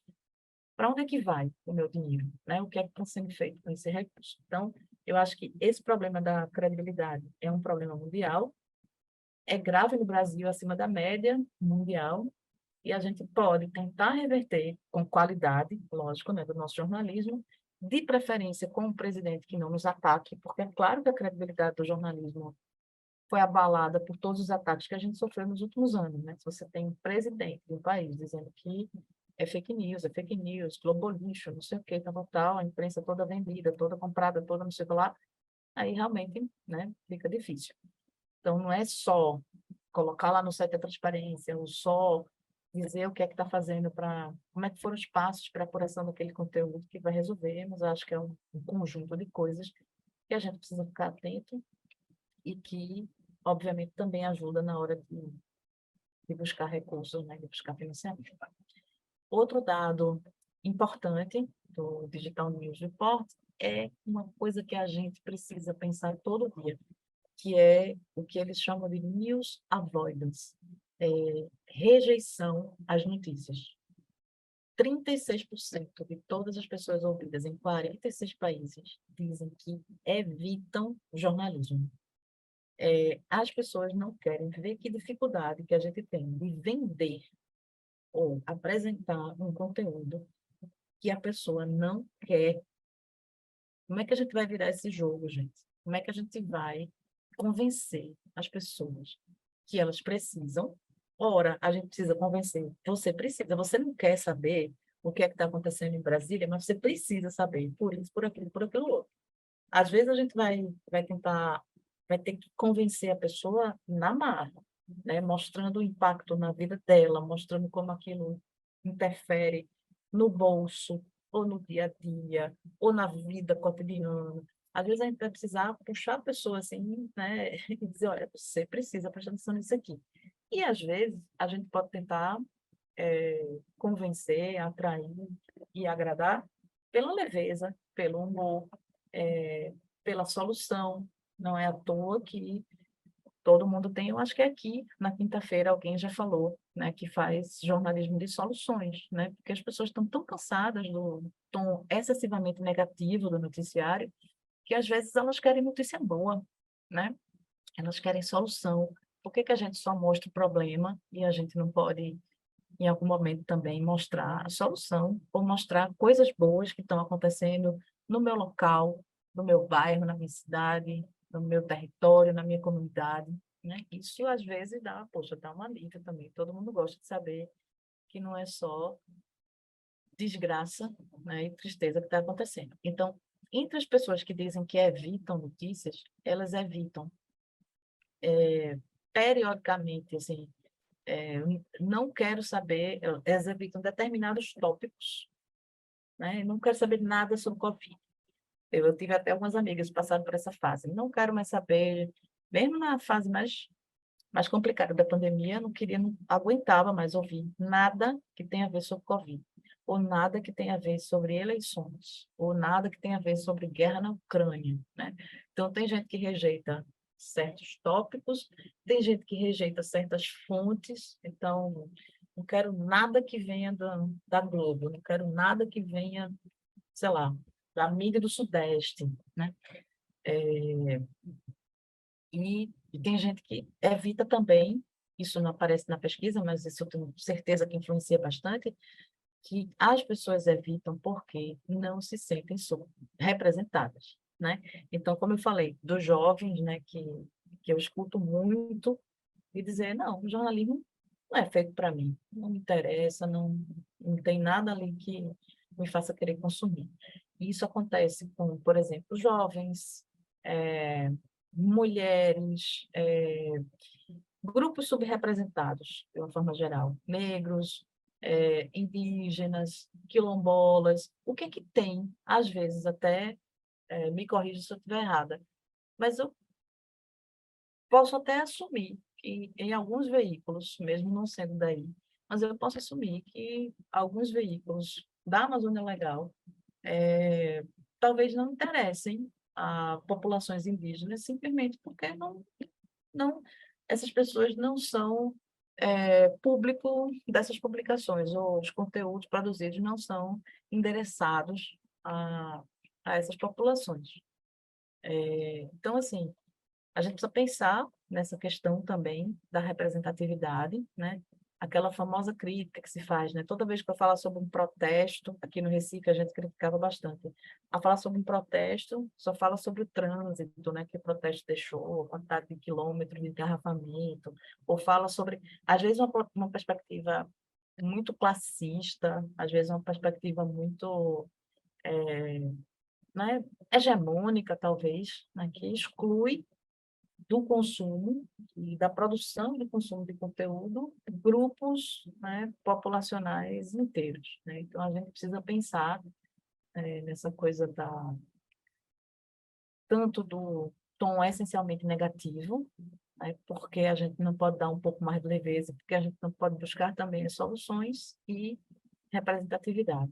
Principalmente se entre as fontes de receita a gente vai querer que as pessoas doem, né? Doação por parte dos leitores. A gente tem que ter conteúdos ali que agradeçam, que contemplem, né, esses grupos. Que é mais que aqui, que eu trouxe aqui do Digital News Report.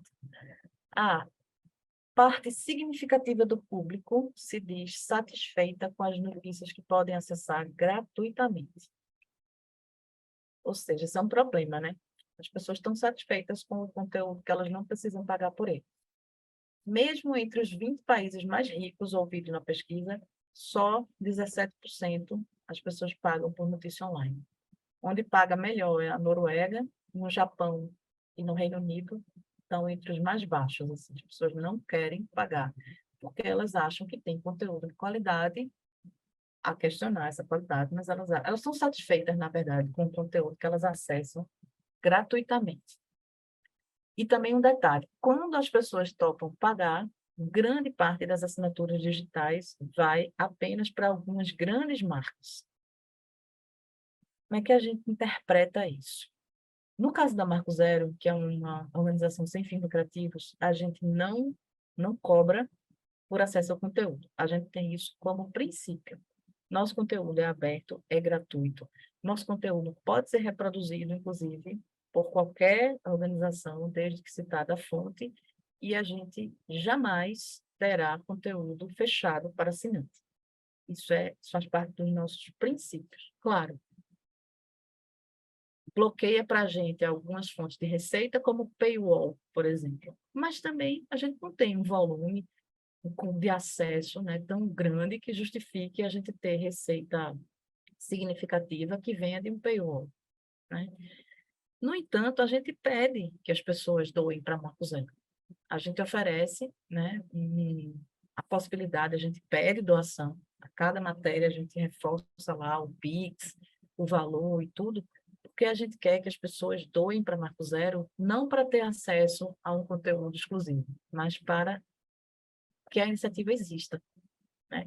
Que as pessoas doem como apoio a Marco Zero, porque elas acreditam, porque esse é o jornalismo que representa, né? Se ela se sentir representada, se ela acreditar naquilo que a gente está fazendo, então doe R$10, R$20, R$50, uma doação única, quanto você puder. O ideal da gente era que O que a gente queria, na verdade, era que a nossa principal fonte de receita fosse essa, né? Doação de leitores. Não é. Vocês podem ver lá na transparência da Marco Zero, essa é talvez a menor fonte de receita que a gente tem. E a gente está trabalhando e está sempre tentando aumentar isso. No Brasil, eu acho que só o Intercept, talvez, é o site que consegue se manter. Ele tem outras fontes de financiamento, mas consegue se manter apenas com assinatura, doação dos leitores, né? Na verdade. E aí, como é que você obtém essas doações? Primeiro, criando um senso de comunidade, fazendo as pessoas quererem contribuir, quererem fazer parte, se sentirem incluídas, né? Naquela, representadas, incluídas, como parte também, né? De uma iniciativa bacana e tal. O professor Rosenthal Calmon Alves, né, que é brasileiro da Universidade do Texas, ele é o mentor, né, da AJO e tudo, é uma figura, uma referência mundial. Ele vive puxando a minha orelha, assim, nessa coisa do marketing, sabe? E aí vai entrar um pouco o Fernando Fontanella nessa parte do conteúdo para falar mais sobre isso para vocês em relação a marketing, né? A gente precisa que as pessoas queiram usar uma camisa da Marco Zero, que elas queiram colar o adesivo da Marco Zero no computador, que elas, sabe, queiram doar para Marco Zero, fazer parte dessa comunidade, enfim, com orgulho, inclusive. Teve uma época que a gente fez uma coleção de camisetas para vender. Logo no começo, primeiro ano da Marco Zero, a gente fez uma coleção de camisetas. A gente pensou que uma fonte de receita podia ser vender camiseta. Então, a gente fez umas camisetas com frases relativas a jornalismo e a marca da Marco Zero. E a gente era muito ruim de venda, né? A gente ia para os eventos usando a camisa, às vezes as pessoas perguntavam onde era, que tinha e tal, e a gente esquecia de levar, enfim, péssimos vendedores. Mas quando a gente falou sobre essas camisetas para Rosenthal, e aí ele falou, que vender, Carol? Tu vai ganhar dinheiro vendendo camisa, tá vendo que isso ninguém vai sustentar jornalismo com venda de camiseta? Você tem que fazer as pessoas quererem usar essa camisa, você tem que fazer as pessoas quererem caminhar na praia de Boa Viagem, quererem usar a camisa da Marco Zero, porque elas acreditam na organização, sabe? Então, essa ideia de... As pessoas estão satisfeitas com as notícias que ela pode acessar gratuitamente, e quando ela resolve pagar, ela vai pagar para, no caso do Brasil, ela vai pagar para a Folha de São Paulo, ela vai pagar para o Estadão, ela vai pagar... Isso acontece mundialmente também, ela vai pagar para as grandes marcas. Então, o que a gente pode fazer quanto a isso? A gente pode incentivar, né, para que elas paguem, ou por conteúdo, fazer a pessoa perceber que tem conteúdo premium, tem conteúdo pago, que é importante para aquela pessoa por alguma razão, que é relevante, que vale a pena pagar por ele, né? Ou então fazer a pessoa doar e pagar porque ela realmente acredita, né, nessa organização. Outro dado importante aqui do Digital News é que em todos os países a maioria dos usuários diz que prefere ler as notícias em vez de vê-las ou ouvi-las. A gente estava falando sobre isso, né, da hegemonia do vídeo, mas ainda assim, neste relatório de 46 países, a maioria das pessoas dizem ainda que prefere ler. Embora Marcos esteja falando aqui de uma realidade local do veículo dele, eu acho que antes de vocês, talvez a maioria de vocês pegar, a gente estava conversando sobre isso. Às vezes tem a opção de áudio, né, de ouvir a reportagem, porque parte do público leitor, nesse caso específico do que o Marcos estava falando, as pessoas não sabem ler, né? Então, deixar lá a opção para quem quer ouvir. E eu acho que isso aqui é temporário. Eu acho que isso as pessoas ainda preferem ler as notícias, mas, claro, vai chegar o momento em que, principalmente, isso depende muito também do país, depende muito do público também, né? Da faixa etária. Não acredito que os jovens prefiram ler, eu acho que eles preferem assistir. Mas, de qualquer jeito, a gente ainda tem, nessa pesquisa, ainda preferência pela leitura e o Posso, podcast. Oi, pode. Então, não necessariamente é que eles preferem ouvir ou que vamos atingir esse público que não sabe ler, porque eu acredito que esse público que não sabe ler, no máximo que ela vai se interessar é pelo título da matéria, né, ou pelo comentário das outras coisas. Eu não sei se a gente consegue atingir até esse público semi-analfabeto, que eu trouxe aquele dado, né, que metade da população do Tocantins não tem o primeiro grau completo, né, aquele que sabe assinar, né, lê a fachada, lê pouca coisa, mas ele não tem a questão da interpretação de texto. Eu não sei se a gente consegue, mesmo com áudio, né, leitura das matérias, se a gente consegue realmente, de fato, pegar esse público, né? Apesar de ter muitas pessoas humildes, que a gente tem uma editoria quilombola e uma editoria indígena, que a gente também se esforça para poder estar nessas comunidades e poder dar voz a essas comunidades que já têm voz e que já têm seus próprios canais, mas a gente quer ajudar a pluralizar isso. Mas eles têm o próprio know-how e a gente só quer pluralizar. Essa ferramenta foi tanto para acessibilidade, questão dos cegos, né, quanto para a questão das pessoas mais velhas, que têm dificuldade em ler as letrinhas miúdas do celular, né, e quanto para esse público. Mas a gente, assim, a expectativa é que esse público possa ser atingido, mas a gente não tem os dados, né, de saber se de fato são. Efetivamente, sim. É. Vocês estão me ouvindo aí? Sim. Eu estou escutando a discussão de vocês e acho muito válida. Inclusive, estou aprendendo muita coisa, que, na verdade, eu estou mais aqui para aprender, né? Mas vocês sabem que eu usei uma estratégia aqui para pegar o público jovem e criei uma editoria, um nicho, chamado Oportunidades, onde nele eu concentro uma gama de informações e notícias de interesse de alguns desses jovens, como cursos gratuitos, palestra, concursos públicos, tudo relacionado ao interesse deles, alguma coisa, tudo que é relacionado a esse público jovem, eu tentei colocar a educação e algumas coisas que é de interesse deles, né? Deles. E eu tenho ganhado acesso nessa editoria que eu denominei como oportunidades, né? Não sei se é a melhor forma de nominar isso. Ótimo. Entendeste? Estou ouvindo. Pode Ótimo, prosseguir aí. porque esse assunto, né, de emprego, né, formação, é um assunto que atrai bastante, né? Eu vejo com meus alunos, eles, quando a gente faz essas pesquisas, o que interessa a esse público tem muito, sempre aparece trabalho, no mercado de trabalho, emprego e formação, ou então a parte de cultura, né? Cultura pop, né? Esportes também, às vezes, atrai bastante. Exato. Eu tenho aqui no meu portal, eu Qual é dividi o ele teu aqui, portal, Márcio? é o Amapá Digital. E Márcio. agora também o jornal O Guarani, né? Eu tenho, para falar a grande verdade, como eu trabalho praticamente sozinho, né? Vasculhando as matérias, colhendo, escrevendo, reescrevendo algumas coisas, né? Geralmente, por exemplo, hoje eu tive uma matéria exclusiva, vamos chamar assim, né? Eu consigo fazer uma, duas matérias exclusivas por dia. O resto é captação daqui, copia e cola. Mas voltando ao assunto, eu dividi o Amapá Digital em vários nichos para ver se eu consigo, não sei se estou fazendo da forma correta, para ver se eu consigo alcançar o máximo de audiência de vários gêneros, né? Jovens, pessoas que gostam de ler, pessoas de política, que gostam de acessar informação de política, entre outros fatos. Então, eu subdividi, como a maioria dos portais né? Subdividido.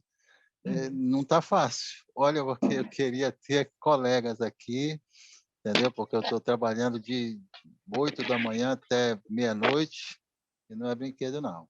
Vamos lá, Márcio. prosseguir. Eu me interesso muito pela parte que nós vamos chegar, que é essa parte de sustentabilidade do jornalismo, né, para que a gente possa avançar aqui no estado do Amapá com isso. Na verdade, a É, gente está construindo, né, esse caminho para a gente chegar, porque tudo que a gente está falando aqui, de alguma maneira, já está conectado à sustentabilidade, entendo. mas a gente vai entrar mais diretamente ainda nessas fontes de receita e tudo. Agora, eu acho a sua estratégia de experimentar vários nichos, ela é muito inteligente.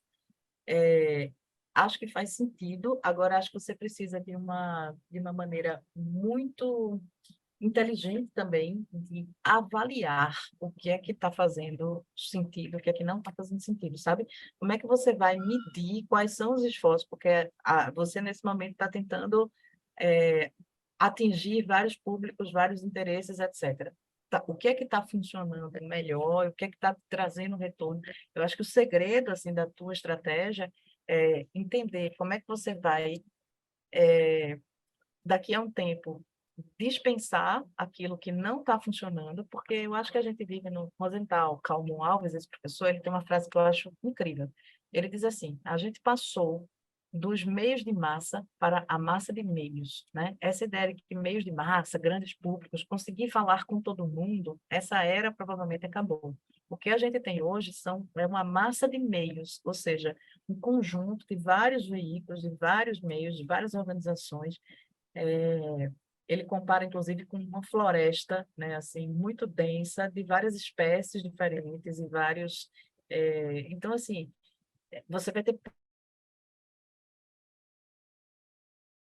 públicos de nicho. O nicho pode ser por um tema, o nicho pode ser um grupo social. Então, acho que você pode, mais um tempo, seguir com essa sua estratégia de tentar atrair todo mundo, e daqui a um tempo você começar a monitorar quem é que exatamente você está atraindo, por que que você está atraindo e quais são, assim, que retorno você está obtendo disso, sabe? Para que daqui a pouco você vá encontrando exatamente quem é o público com quem você quer falar, sabe? E como é que você vai fazer para falar com ele e quais são as fontes de receita e quais são as formas que você vai ter de monetizar isso, sabe? Entendi, entendi. Como eu achei. essa estratégia eu usei, Desculpa. que eu tô seguindo com isso, geralmente eu recebo muitos releases, muito material, que eu acabo aproveitando. Por exemplo, eu tenho uma categoria chamada lá Pets. E aí, quer dizer, as pessoas que observam e que acompanham o meu trabalho aqui, elas acabam mandando releases de várias empresas relacionadas a pets e tal, e Uhum, eu capto aquilo, né? Capturo o que é de interesse, o que realmente vai levar uma informação pertinente para o público e uhum, publico, né? Eu tenho feito assim como citei PET, tem as demais outras categorias que também recebo muito material e seleciono o que há de interesse, né? Mas massa. a intenção no final de tudo não é essa, né? A intenção no final de tudo é eu poder ter uma equipe que trabalhe nos Uhum, principais nichos que você falou. Quais são os principais nichos? Quais são os nichos que estão te trazendo, de fato, audiência? Quem é que uhum. está te acompanhando? E aí sim focar, né, com o pessoal profissional para continuar o trabalho. Me lembrei aquele filme Fome de Poder, que é um filme que conta a história da McDonald's. Lógico, tem uma parte horrível, que é entender que a McDonald's é uma especulação imobiliária e tal. Tem umas coisas bem, bem ruins em relação às estratégias da McDonald's para virar o que virou. Mas o que eu achei interessante, que me lembrou dessa tua estratégia, é que quando a McDonald's surgiu, lá nos anos 50, ela tinha um cardápio gigantesco, tinha tudo, tinha aquela asinha de frango, tinha um cardápio enorme, enorme.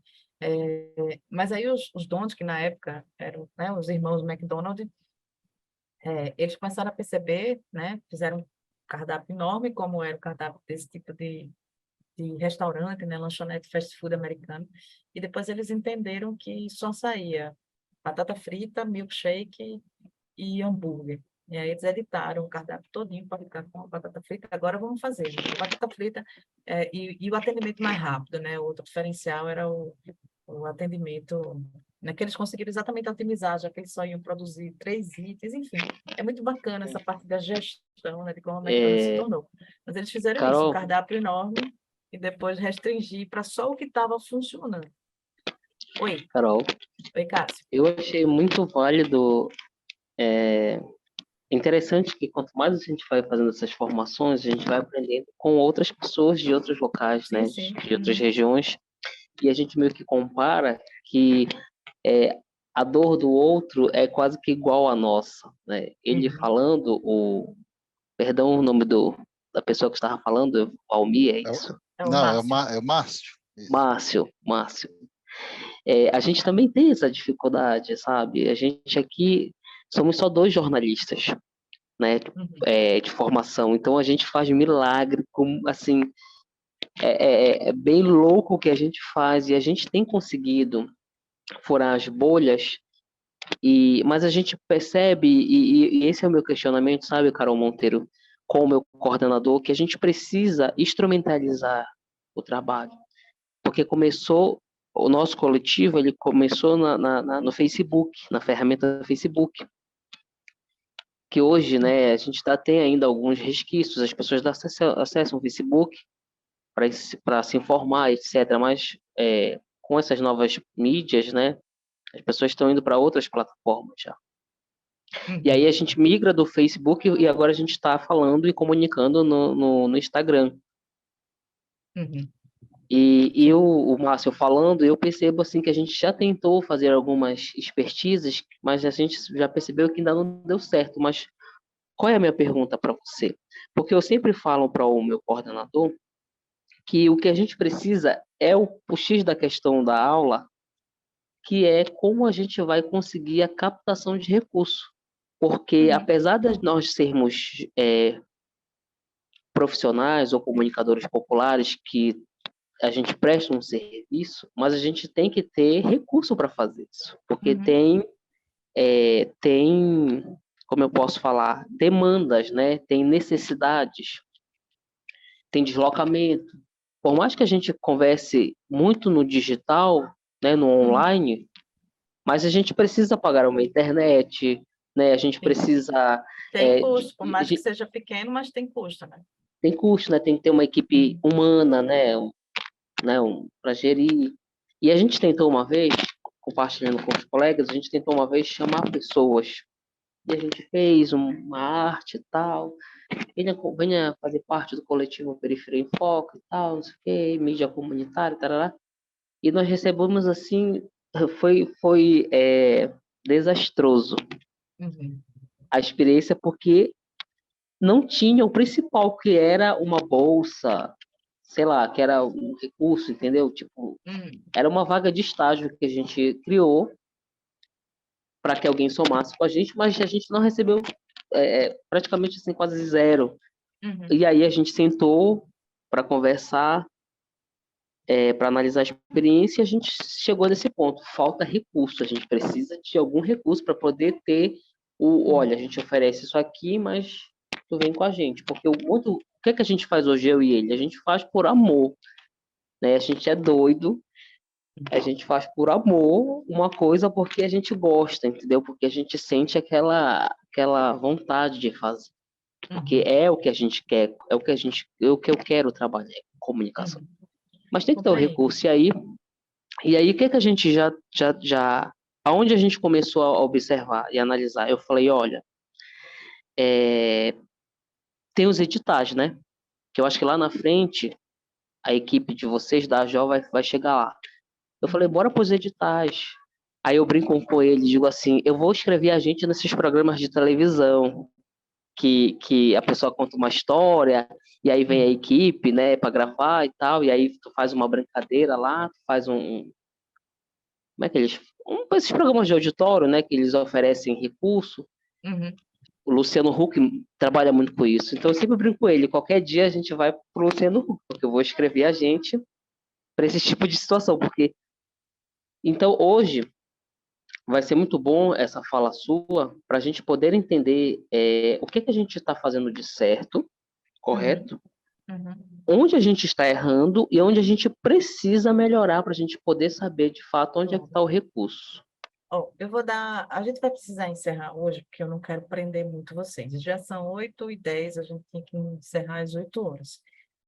Mas amanhã a gente vai começar a entrar assim, bem especificamente nisso. Eu acho que era importante a gente compreender esse contexto, a gente compreender o que é que nos trouxe até aqui, né? Para que a gente possa chegar no e agora, o que é que a gente vai fazer? E aí eu vou dar um spoiler assim, do que eu acho que é a resposta para todos os anseios e para todas as preocupações de vocês, assim, que é a principal lição, talvez, que vocês vão ter desse módulo, é essa ideia de que tenha um plano, tá? Vocês estão tentando, vocês já têm os planos de vocês vocês estão mostrando para mim que tem reflexão, que tem práticas, né, que estão buscando, que estão encontrando, ou buscando, né, encontrar, experimentando, né, algumas formas ou várias formas de conseguir esses recursos, né? Esse é um passo incrível, isso mostra já um esforço importante no sentido de buscar sustentabilidade. Eu vou trazer o exemplo da Marco Zero, né? Como é que a gente conseguiu, como é que a gente fez.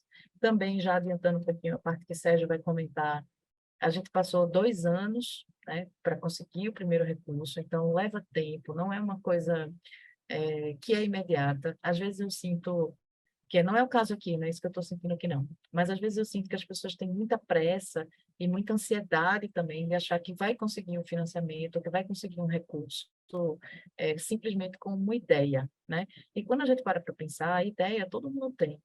Uma ideia, ninguém financia, né? Por melhor que seja essa ideia, você não vai conseguir encontrar um financiador, ou um apoiador, ou uma audiência, ou um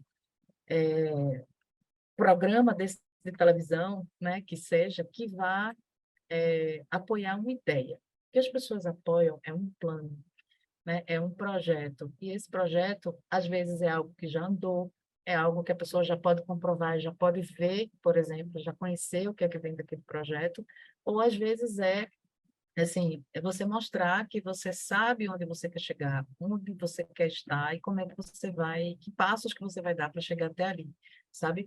Eu vejo muito e falo muito com meus alunos sobre isso. Vocês não vão conseguir, né, financiamento, captação, dinheiro, recurso, apenas para uma ideia. Então, o pulo do gato, para mim, é transformar uma ideia em um plano.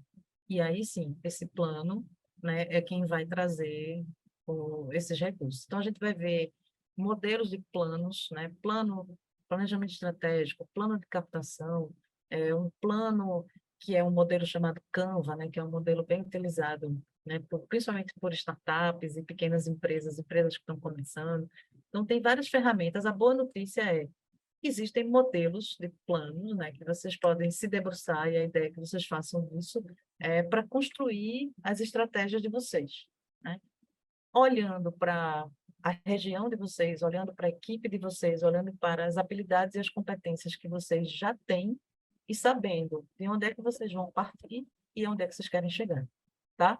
A gente vai tentar ser o máximo possível didático, assim, em relação a isso, mas fazendo desde sempre a ressalva de que não é uma receita de bolo, né? Não é uma fórmula mágica, porque se fosse, seria muito fácil, né? Mas a gente vai tentar mostrar a construção do passo a passo, né, de um plano, né, para que vocês consigam captar os recursos e continuar fazendo ainda melhor o que vocês já fazem hoje. Tá joia?